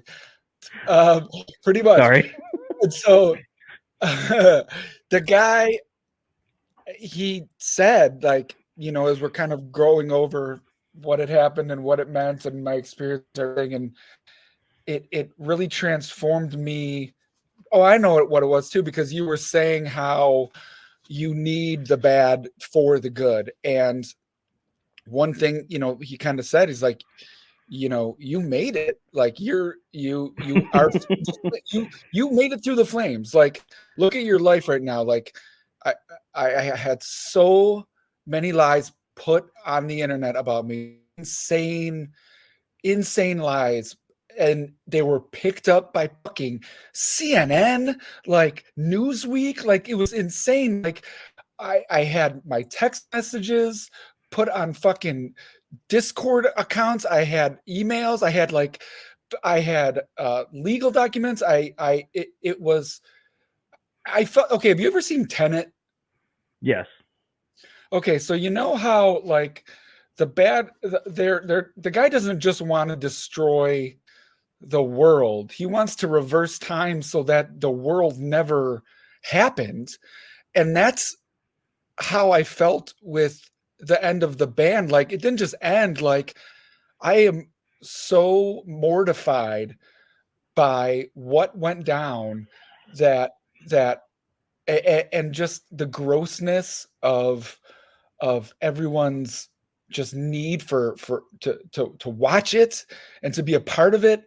And it didn't just end the band. It made me completely embarrassed of what I put my life into making for 23 years. I really, really, really tried to make as much amazing music, and just it became this community. It became this thing that was just bigger than music. And to now be like, we had to take our social media down just because of how awful fans were being. Like our comment sections in every one of our Instagrams looked like a fucking like a hate group's message board. I could not have asked for a worse way for the fucking band, and it got ripped away from me so unfairly. And here I was alive. I made it. Okay. Like it just went to, I got hit with this realization that, what can you do to me now? What are you going to take away my next band? Like, okay, then I'll start another one. What are you going to do? Take away the next song I write? Okay, then I'll write another one. People were fucking like burning our merch. People are covering our tattoos. Like, it could not.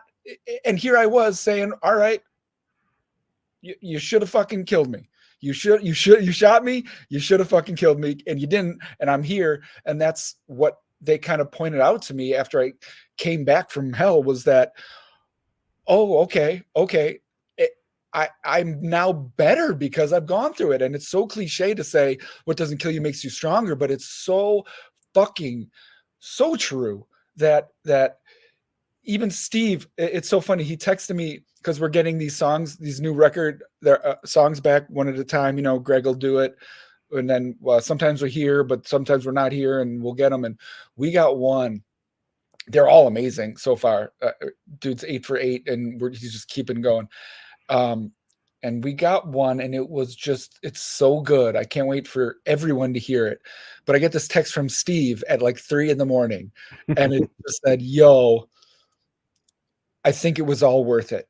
And it was just funny because like, that's how good these new songs are. That's how happy we are in Better Lovers. That's how much fun we're having in Better Lovers. That's how much joy we have hanging out at Will's, writing, recording. The 7 weeks that we took to record, it was fucking heaven. I alluded to the fact that my particular after death beliefs are, I believe in reincarnation, but if I'm wrong about that, and they're actually, and if your dad is 100% right, and there's just a heaven, and you just die and you just go there, it would be here. These guys waking up, smiling all day long. All we do is just laugh and make each other laugh and make amazing music, and we become better musicians, and we become better people, and they inspire me. And it's wild to think that if you had gone back, 2 or 3 years ago and said, okay, listen to this. Like if Bill and Ted, since we're sticking with the Bill and Ted thing, if I took the phone booth back 3 years and I played the new record for Jordan and said, okay, this is what your next band could be, but you're going to have fucking your entire fan base fucking hate you for because they think that you tried to break up the band. They're gonna fucking dig through your fucking trash. They're gonna fucking sniff your fucking dirty underwear. They're gonna fucking join forces to just completely violate your boundaries in unimaginable ways. And you're going to cringe with disgust when you actually, it's going to take you years to not cringe in disgust when you think of your band. I'm finally at a point now where, like, yeah, let's talk about it. I don't give a fuck anymore. Let's go for it. What do you want to talk about? Let's do it. I would listen to the music and I would go, Okay, yeah, sign me up. Let's go. Let's buckle up. Let's fucking go. And it's funny because since again, interrupt me at any point, or if you're entertained by my stories, then let me keep going because I've got a million. But 3 years ago, I went through some shit, and I had an emergency meeting with a psychic, and the psychic said, and this was in April of 2021. I'm going to cut you off for just a second. Yeah. Because I have this question about it. Yeah. Had you started therapy before you went to a psychic by chance? Yeah.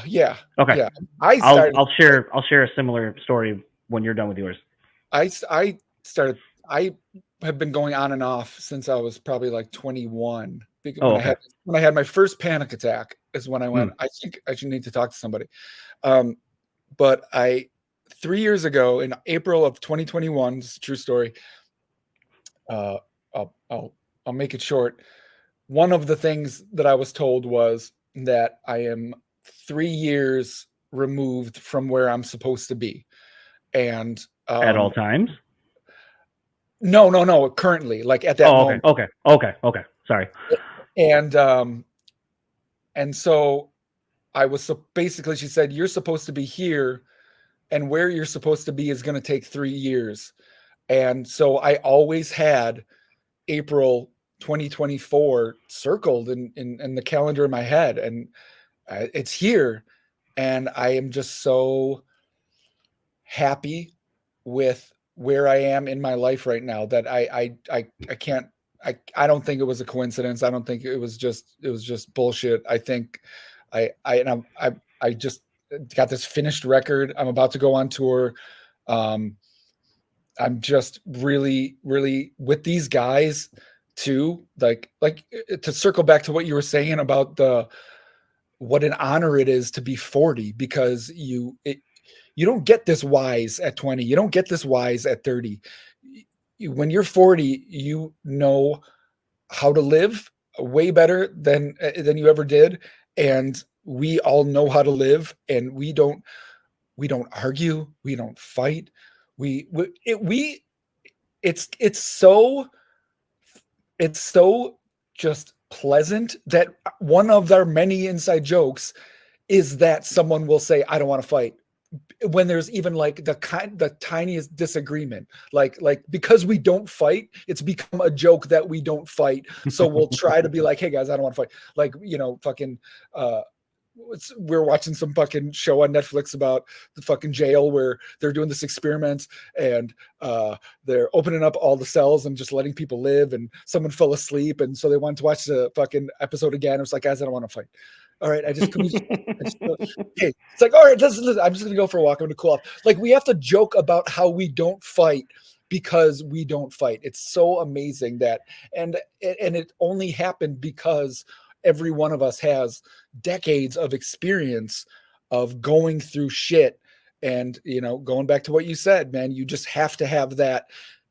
You literally have to have it. You cannot be as happy as you can be without it. I'm being very, very literal when I say you have to go through bullshit. You have to suffer if you want to experience pure happiness. And that's where we are. And it's fucking awesome. So 2 things to that. First of all, my wife and I are very much the same. Like, we met each other mid-20s, but we had just come out of like kind of long-term relationships between the two of us. And something when we started hanging out, granted, I was still technically dating someone. Like, that's where me doing the drug trip, where I was like, there was a moment where my now wife came to hang out with me. She's like, oh, it's like Thursday. What are you doing? And I was like, nothing. She's like, I want to come over. We're hanging out watching Jersey Shore. And I was like, okay. Nice. And the girl I was dating and had been dating for over a year lived like 5 minutes from me and always made excuses as to why we couldn't hang out. And it's like, so here's someone I really like hanging out with, and makes me the priority, versus someone who I really am dating, but I have none of the benefits of because they make me feel lesser than. So I'm going to drop this and go see where this is. And, here we are. We'll celebrate 9 years married this year, and 14 together as a whole. But another big thing for us was, we just knew our bullshit Right. and we talked about it up front.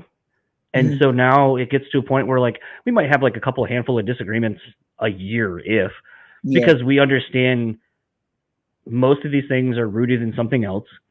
Yeah. And secondly, you just try not to, for a relationship, at least, for whatever advice anyone wants to take from this, just try not to go to bed angry. Yeah.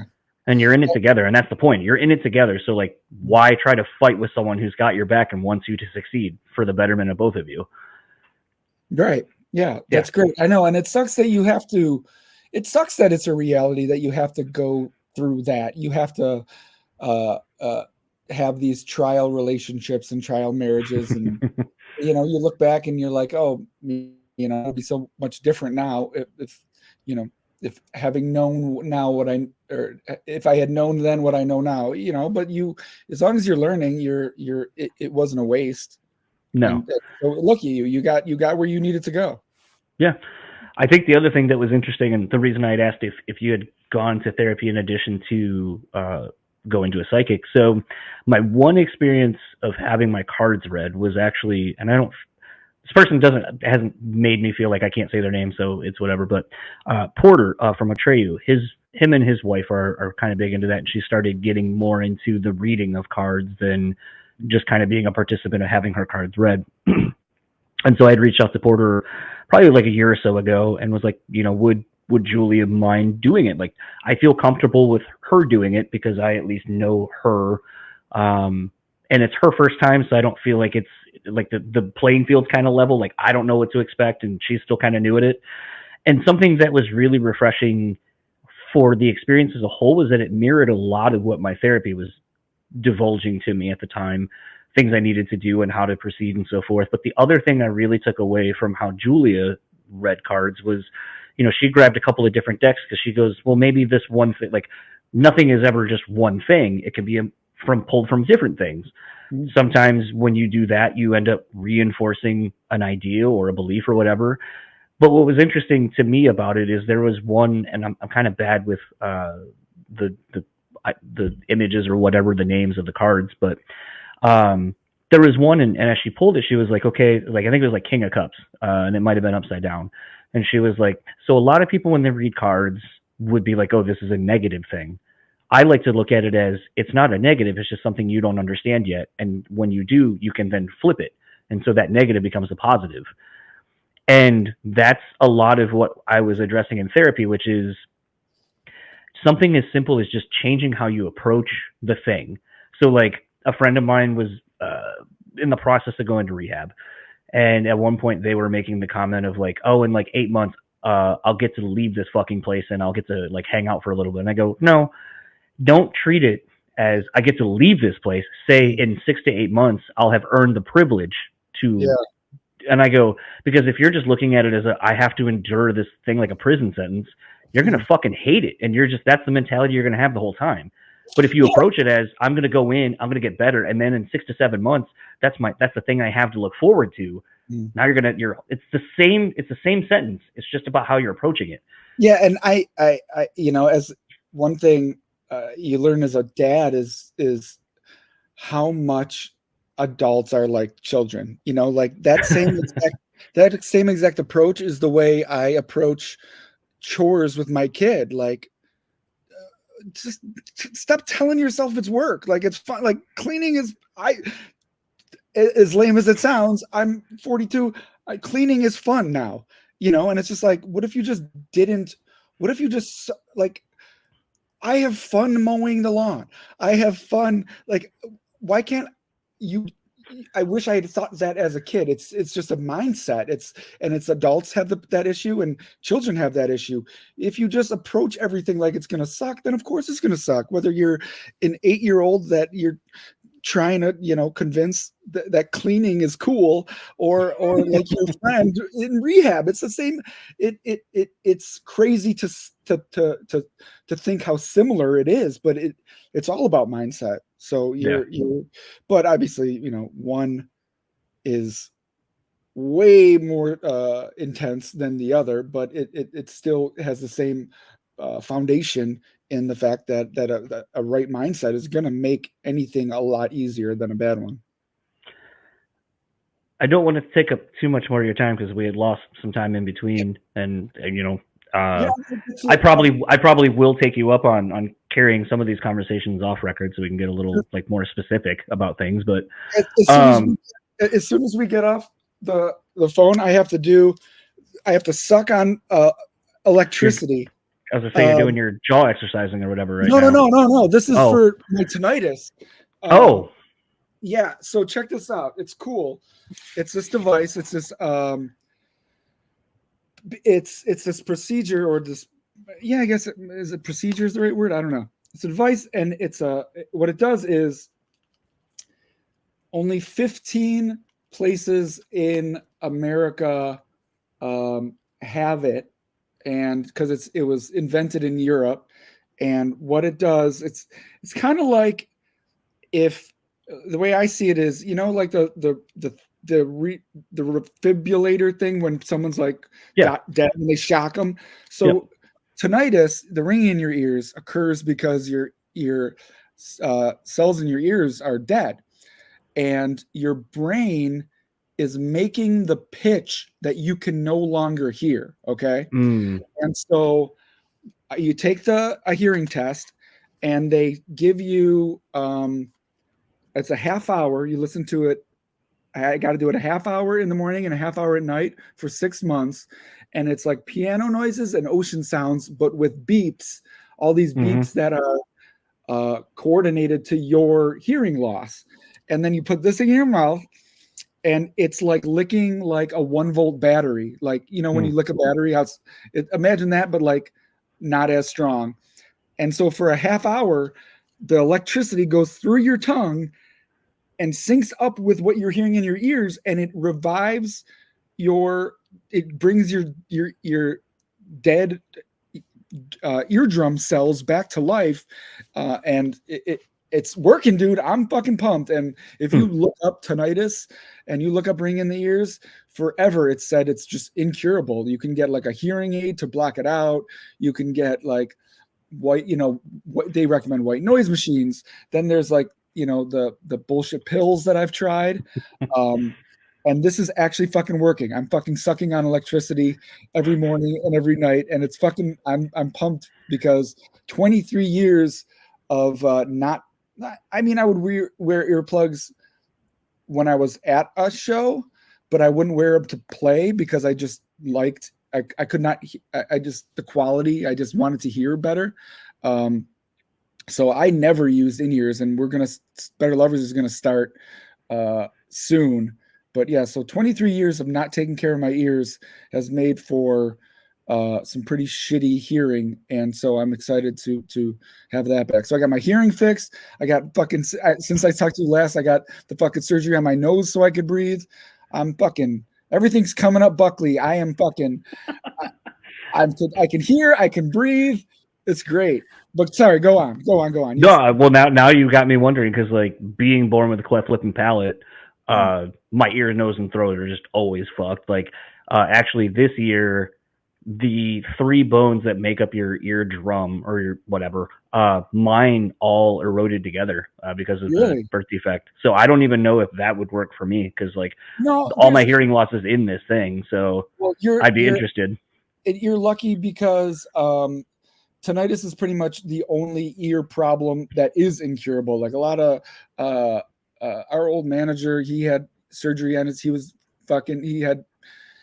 He had just terrible hearing in one ear, but it wasn't tinnitus related. It was surgically fixable. And so take it from me, I've done a lot of research, and pretty much anything other than tinnitus can be, fixed with surgeries, with medicine. And so Lanier is the first thing that even if it is mind over matter, my mind is fucking making it work.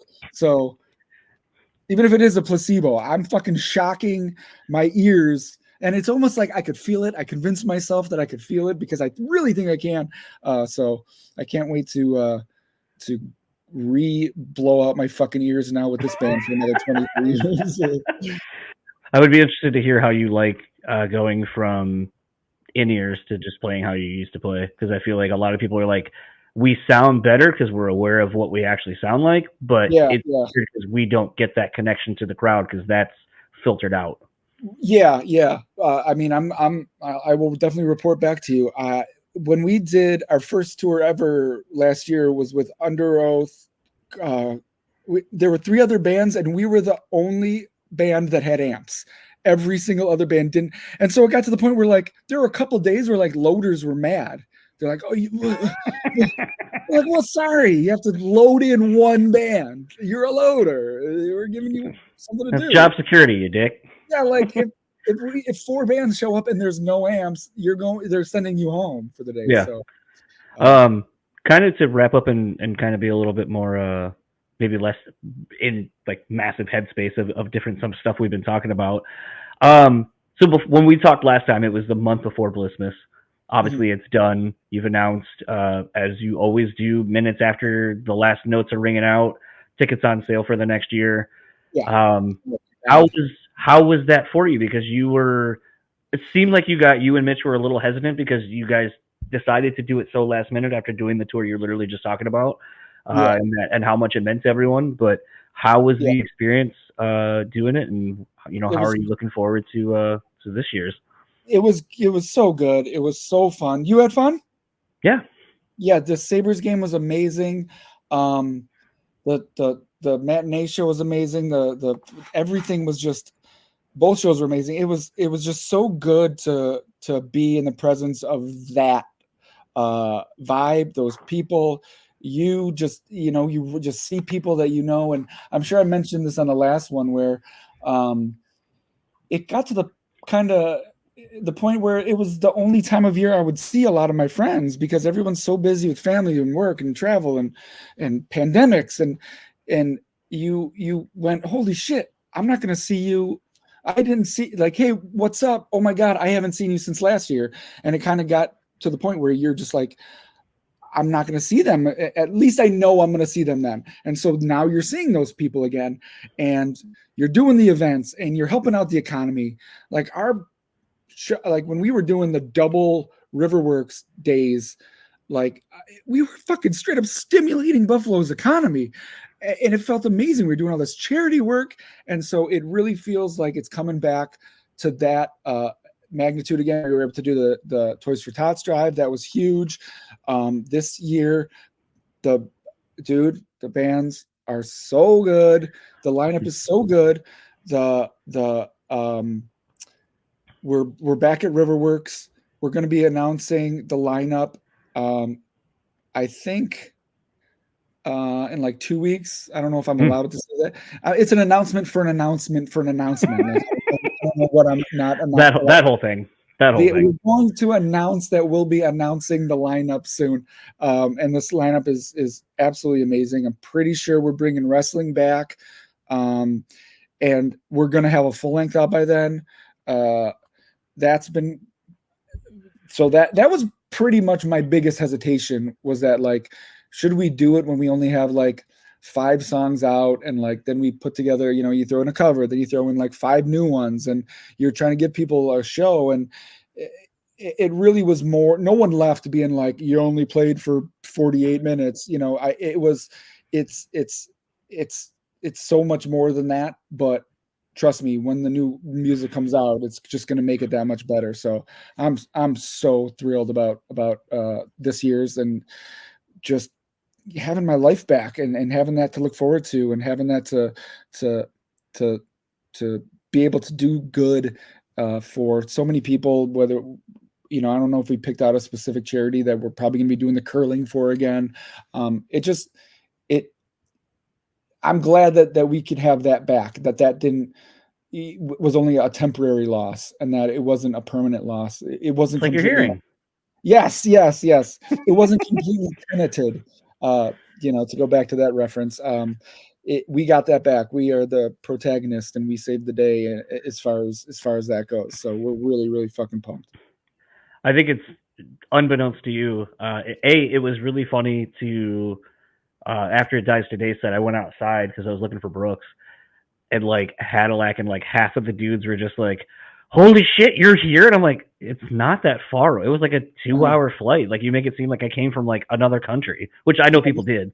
They But crushed it too. it's funny. So when you guys are coming through here in Pyramid Scheme, you're missing them by like 2 days. Oh, really? Playing the same venue. Oh, yeah, that's right. I was supposed to promote the tour, so we're going on tour. We talked like 2 hours. I forgot. Like, oh yeah. Okay, so you know what else we're announcing tomorrow? But tomorrow to you, but by the time this comes out, people will already know. Along with like the 1-year anniversary of us being a band thing, what we're doing is we repressing the vinyl of God Made Me an Animal vinyl with both of the new songs on it too. So is that what was in the Instagram video, the tour variant? Or is that something different? Did they put that up already? Someone showed the vinyl at the end. It was over when they went to Gabe 2 or Gabe 1, however you want to look at it. It was doing programming the lights. And they were like, oh, here's the vinyl. It's this color variant. It's a tour variant. They didn't say anything about there being the other tracks. They just said it was a new tour variant. Yeah, is that it? 500 for sale online and 500 on tour. And it's got all 4 God Made Me an Animal songs on one side, and it's got the 2 singles on the other side. And then, we got 16. We got music right now for 16 more songs. And so we'll probably pick like the best 10 or 11 for the full length. And then we'll have like, that's always the hardest part. That's always the hardest part, is just when you're proud of all of them, having to decide which ones not to. It's a great problem to have. But looks like we're going to be going through that soon, is the whole, okay, which of these awesome fucking songs aren't going to make it on the record? So that's what we're doing. Why not do like what you did with Radical? Because that's sort of what you all agreed on. That was why Radical was the way it was. Because you couldn't. I think looking back, that happened because it had to happen, because we couldn't. Because if we had saved any songs, they would be in the dumpster. I think this is just more. Honestly, it's because we. And I apologize if I've talked about this on the last one too, but Eatsid never did the whole just random dropping of singles thing, and we are just having a lot of fun with that. Just randomly putting out a new song in November, randomly putting out a new song and a new video, a couple weeks ago. So we kind of want to have 5 or 6 songs that we can continue to do that. So we could put out a full length and go, hey, I know we put out a full length 2 months ago, but here's 2 more. Or I know we put out a full length last month, but Blissmas is tomorrow, so here's another one. Like, not saying that's going to happen, but I'm saying it can if we wanted to. We could literally just do like, one of the ideas we're kicking around was just like, how about before a tour, we just put out like that we got like, that means that for the next 6 tours, we have stuff where we can just go, oh, all right, here's a new song, and we'll see you tomorrow. So we just like the idea of being able to put out stuff without massive buildup. It's cool because A, we never have been able to do that in the past, and B, it's been fun doing it so far. So, and I'll be done chewing your ear off in a second, but no, you're good. I feel like I've been punishing you to do this all the time. No. So with this video too, it really didn't make any sense to me, and it still kind of doesn't, but it worked out and it was great. So we recorded these 2 songs in October, and I voted to put them both out in November.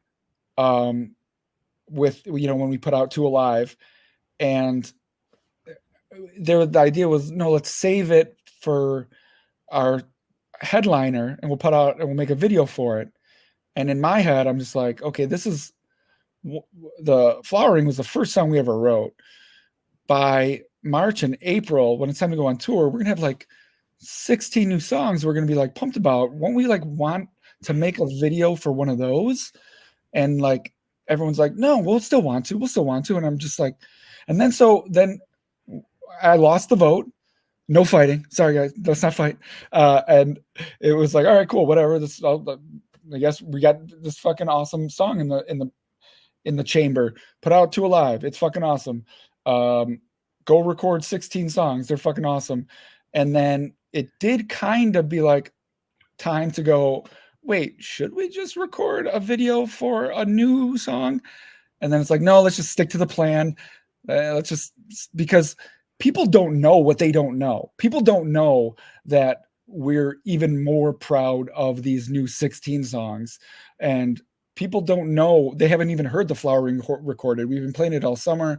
But mouth it along. Right. They're not like, quote unquote, we're not sick of it, but I've already heard that song 300 fucking times. And so I'm the guy that's like, I want a new song and a new video. And it's like, no, let's stick to the plan. People don't know the song yet. People liked it when we played it live. And so we made a video for an old song while we're sitting on 16 new songs. And then we just put it, it was just so like not what I'm used to. I did 20 years of record full length, put out full length, tour for 2 years, record full length, put out full length, tour for 2 years, record full length, put out full length, tour for 2 years, for 9 records. So just to do it, just do it this way made it like, all right, cool. This is, and it turned out to be amazing, and it's fun, and and so that kind of answers your question of why not just 16 new songs. So I'd rather we're gonna trickle them out, do a nice 10 or 11 song full length, and then just kind of, now the kids know. I mean, our video was unannounced. Our very first video ever was unannounced. Our 4-song EP, we just dropped it. These 2 new songs, we maybe gave like 2 or 3 days heads up. So now that people know that, it kind of keeps people on their toes. Like they could absolutely, right. Especially because we hang out at Will's house, where we could fucking write a new song tomorrow and put it out tomorrow night if we really wanted to. So it keeps people on their toes, because maybe they'll get a 6-song EP 1 week after our full length. It's so cool to just not have a plan. I just thought of this as a really great way to end the episode, and then I'll have you plug socials or whatever you'd like to plug. Mm-hmm. But as a longtime fan of the band and of you guys, and I know I alluded to this in the previous chat, where it's like, the DVDs and everything that you guys put out, you were one of the few that really allowed everyone to see who all of you were at the time. Mm-hmm. I feel like I want to say thank you for showcasing who you are now. Oh, thanks, man. Letting people find out who you are and allowing us to kind of grow with all of you. Because something that I said, and I know this is like such a cliche kind of thing, but it's something, maybe it's my old thing, maybe it's from working at a door at a bar where I just look at everything, body language, and take in everything that I can. Mm-hmm. But everything you guys post, smiles. It just feels happy. And it's a thing where none of this feels forced. Like, I sent to you, actually I'm going to pull it up because I don't want to misquote even myself. I said to you in our group text, God damn it. You got me like so stuck on the group text. Yeah. But I said, because you go, love to try it, keep you posted at ISO. It sounds good if it doesn't work out. We can try it at a different point in time. Firm believer in things happening when they're supposed to and don't force them.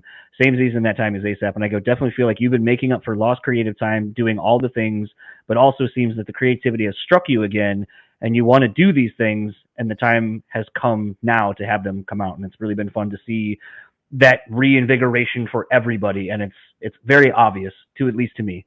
Thank you. I like, when it comes to, because I was thinking about this recently, when it comes, and we all go through like what should I post, what shouldn't I post, what don't I post, what do I keep private, and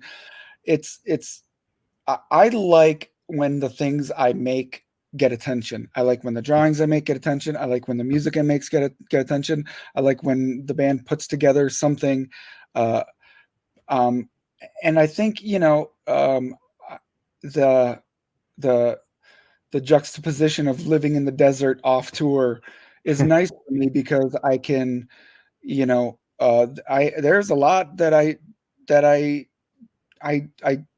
working on boundaries, just like we talked earlier, like where I could say, it's okay to have a part of your life for just you. And that was really, really, that was probably the hardest part about the the breakup was the just the way everyone kind of, I was just so grossed out by because here I was saying like, you can have a lot of my life, but I decide Right. what you get. If I want to do a fucking podcast in the bed I'm sleeping in, that's my choice. If I want you to know what we talk about while we write songs, that's my choice. If I want a documentary about our first show ever, that's because we made that choice. And so the breakup was kind of the first time when people were just helping themselves. It was really, really confusing to me, because this whole time I was just like, I thought I gave enough. I thought I gave a lot. People are fucking entitled. Yeah. I thought I like, how is what I've given you not enough? Like we were one of the first bands to just be like, hey, let's have a cameraman just follow us around. And it was the Shit Happens DVD was at a time when bands were putting out DVDs, and it was 95% on stage, 5% backstage, and we were just like, let's flip it. Let's give them like 95% backstage, off stage, 5% on stage. And it's us being in control of that. I'll give you a little stat that like was really shocking to me. I gained 10,000 Instagram followers and 10,000 Twitter followers when the meltdown happened, and I was, radio silent, and I kept it offline. I gained 10,000 followers on Instagram and 10,000 on Twitter by doing nothing, by doing absolutely nothing. I have never gained 10,000 followers on a single piece of art I've ever made. I've done so much shit with charities. I've never made 10,000. No account has ever gained 10,000 followers. A charity I did, a song I helped write, an album I helped write, a tour announcement. I've never fucking gained 20,000 followers. And this is a lot to me. I went from 50 to 60. Obviously if there's people listening with millions of followers, or it might not seem like a lot. But to go from 50,000 to 60,000 followers by doing nothing, not just because people wanted my drama. They just wanted they just couldn't get enough of it. Even if and they're just 20,000 followers just to see what I would say. And like, that was like shockingly like upsetting, because I was just like, what? I put fucking 100 hours into a drawing and I get 700 likes. I kill myself like writing records and sacrificing time away from my family and my health and my hearing and my finances and everything is sacrificed. I don't get 10,000 fucking followers, but because there's drama, all of a sudden people can't get enough of like I said earlier, my fucking dirty underwear and my fucking garbage. It was so eye-opening. And so I really appreciate that you have a very respectful appreciation.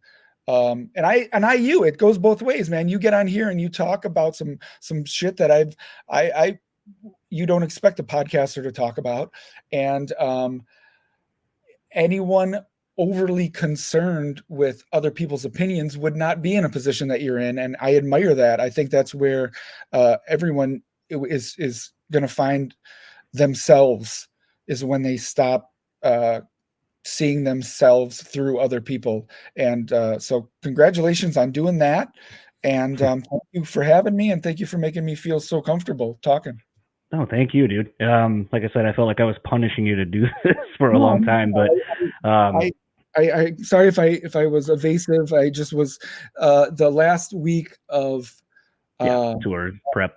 No, the pre-tour, the pre-home pre-tour. The home pre-tour time was very busy. The poster took me way longer than I wanted, and you misspelled something. Yeah, and I got fucking Canada wrong. They're probably used to it. Yeah, so makes it limited, even more limited now. Yeah, I apologize for making you chase me a little bit, but I'm here and I'm glad.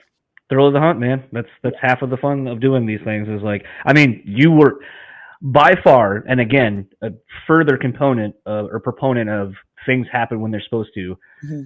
I had asked Jesse from Misery Signals to do the show, and from the initial DM kind of getting things going to when it actually happened was like 4 years. Oh yeah, because it was, let me finish, the Magnum tour. Let me finish this. We got a song we're going to work on. Let me finish. And then everything just was like, well, let's wait until this. Let's wait until this. Let's wait until this. Now, the nice thing was, though, and like I had even said in the chat, it's like, yeah, did I feel like at times it wasn't going to happen? Maybe. But I also didn't care because in that 4 years, Jesse and I, through DMing and stuff like that, like built a rapport. So when we finally did the thing, it actually was way better than it ever would have been because there was just an honesty and sincerity that we had kind of learned to have with each other. So like asking some kind of hard questions, it's like, that I'm not asking this to be an asshole to you. I'm asking because I genuinely am interested in learning about you as a person going through life. Mm-hmm. And I think, and I knew some of the questions and where I wanted to discuss things with you wasn't fair to make Mitch sit through that. Right. No, I get it. We're best friends, but I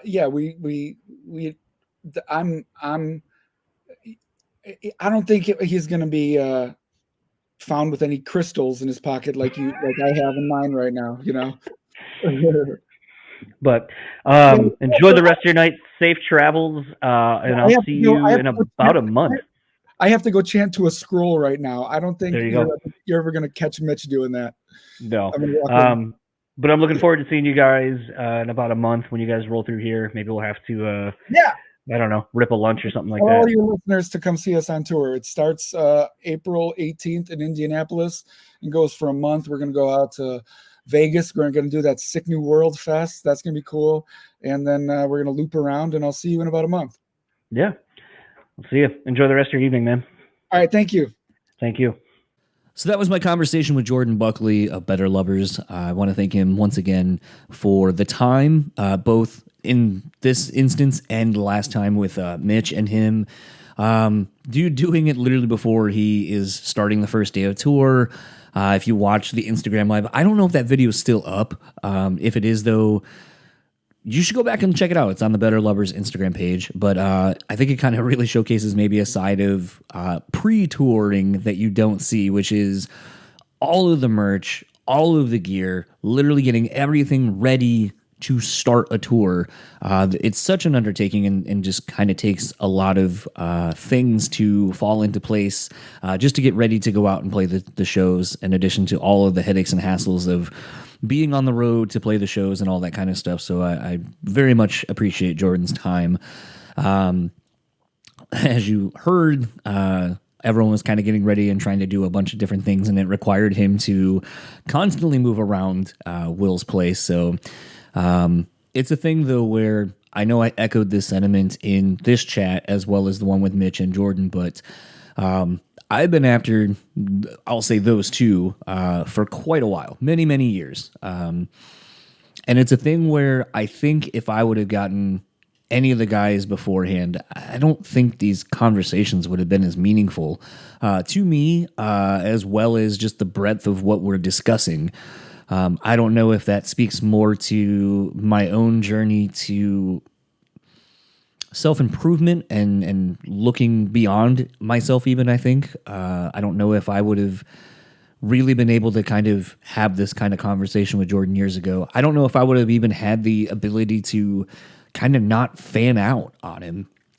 And I think that's an interesting talking point too. And it's one I'll take the ownership of, because I think it's it's also something, as I was saying at the end of the intro, talking about how I want to, discuss things and explore things that I've been thinking about more that have been happening in my day-to-day life. And something that was interesting in doing this conversation with Jordan, and, I'm going to kind of peel the curtain back a little bit, and in like last week's episode where I kind of revealed, a little bit more about myself that wasn't super flattering, I'll kind of maybe do the same where this admission is a little cringy maybe, but I think it ultimately speaks to where I want to kind of go with it. So the thing with Jordan and I, obviously I've said Every Time I Die was and is still one of my favorite bands. I have so many memories of seeing them. Literally today in recording this intro outro, my Facebook memory was going to see the guys with some of my best friends and my wife. And it's a thing where I have so many great memories associated with this band and with these guys that it's hard not to kind of put them on a pedestal of some sort. And doing this show and just being a person, you understand that people are people, and they're, just because of their job or a thing that they do or something that they're really good at elevates them in the eyes of other people. And for the most part, I've been able to kind of squash that over the years of doing this, getting to talk to some people that I've, long admired and, enjoyed their music and what it's done for me, and just kind of, I would say, humanizing them beyond this thing of you exist in CDs and in concerts on a stage where you're elevated above people and all these kind of things that contribute to putting artists on a platform. It was interesting when Jordan and I were kind of working on something, and over the years of me kind of bugging him and commenting on Instagram stories and so forth, we've sort of built this weird rapport. I would say it would still be fan to an artist, but somehow over the last, I'll say year or two, maybe a little bit longer than that, it's kind of developed into something else where I'm coming at it more from an inquisitive place based on the things that Jordan was posting. And now we're at a phase where at one point Jordan gave me, his number to try to make this work in case the software we were using didn't end up panning out. In that time, since doing the first chat with Jordan and then subsequently going to the Blissmas show and all that kind of stuff, there's kind of been the shift of me going from internally, I feel this, of going from being a fan to being like, this is a guy I see, and now we're kind of having conversations personally and kind of getting to know each other on a different level. And it's this thing where this past week or so, and looking back at all the shows I have been going to recently, I was talking to some of my friends, and it was funny how a friend of mine, I'm not going to mention names because depending on who listens to this, I don't want to blow up anyone's spot, but, they were talking about how somebody was kind of hitting them up. They helped, them out in a situation, but this person was still reaching out, and he's like, look, you're too close to the thing that I'm a part of. Like, you're a huge fan of the thing I'm a part of, and I don't want that. Like, it's hard to traverse a relationship with someone who is that way, where it's like hey, can you sign this? Hey, can you da-da-da-da-da? Like, and in, I guess, quote unquote industry terms, it's punishing. You're a punisher. And I know 100% I have been that person, and I've even done it to just my friends here locally. My wife constantly has to be like, shut the fuck up. Or, kind of grab me and be like, you're at a 10, you need to come down to like a fucking 5. And it's something that I've had to work on in myself, because I get excited about the things that I'm excited about, and I understand that fandom. However, I think at times in doing this, you have to be more professional and treat people more like a person, because that's who they fucking are. But it is interesting in doing this for coming up on almost 8 years now, that there becomes this sort of sense where I lost being a fan. I lost that sense of being excited about this thing that I've been so passionate about, music and the music industry and the music business. And weirdly, Jordan and I doing this, and then even, when he was like, hey, here's my number, it was a thing, like, I remember telling a friend of mine, I was like, I haven't felt this weird sense of like, oh my God, in a while.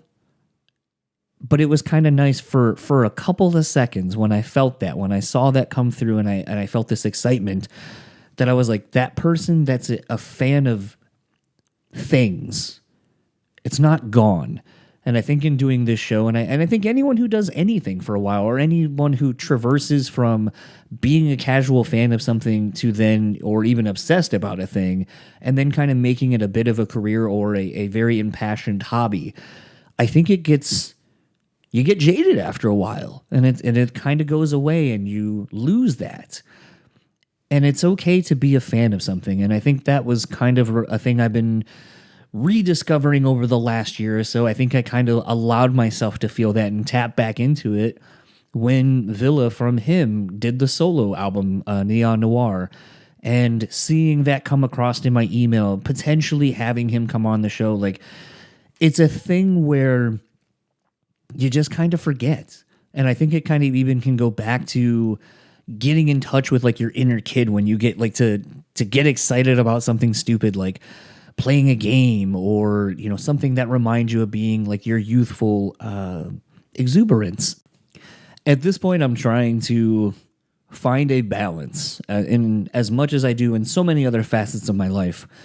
But I try to find the balance of still allowing myself to be excited about something, but not letting it become the annoying side of me, the thing where it just becomes like, oh, you're that guy. But with all that said, let's start wrapping up this episode. Enough with my gabbing.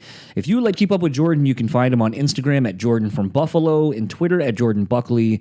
If you'd like to keep up with Better Lovers, you can find them on Facebook. Look in the show notes. It is literally a weird profile thing. They did not change it to where it's like facebook.com/Better Lovers. So just honestly look up Better Lovers in the search bar. You will find them. You can find Better Lovers at Instagram at Better Lovers Band and Twitter at Better Lovers, or go to their website, godmademeananimal.com, and keep up with the latest going-ons with them. We should be getting a new full-length pretty soon. Hopefully that is a thing. I am very much looking forward to seeing and hearing more from this band. I just obviously got to see the band. They fucking ripped.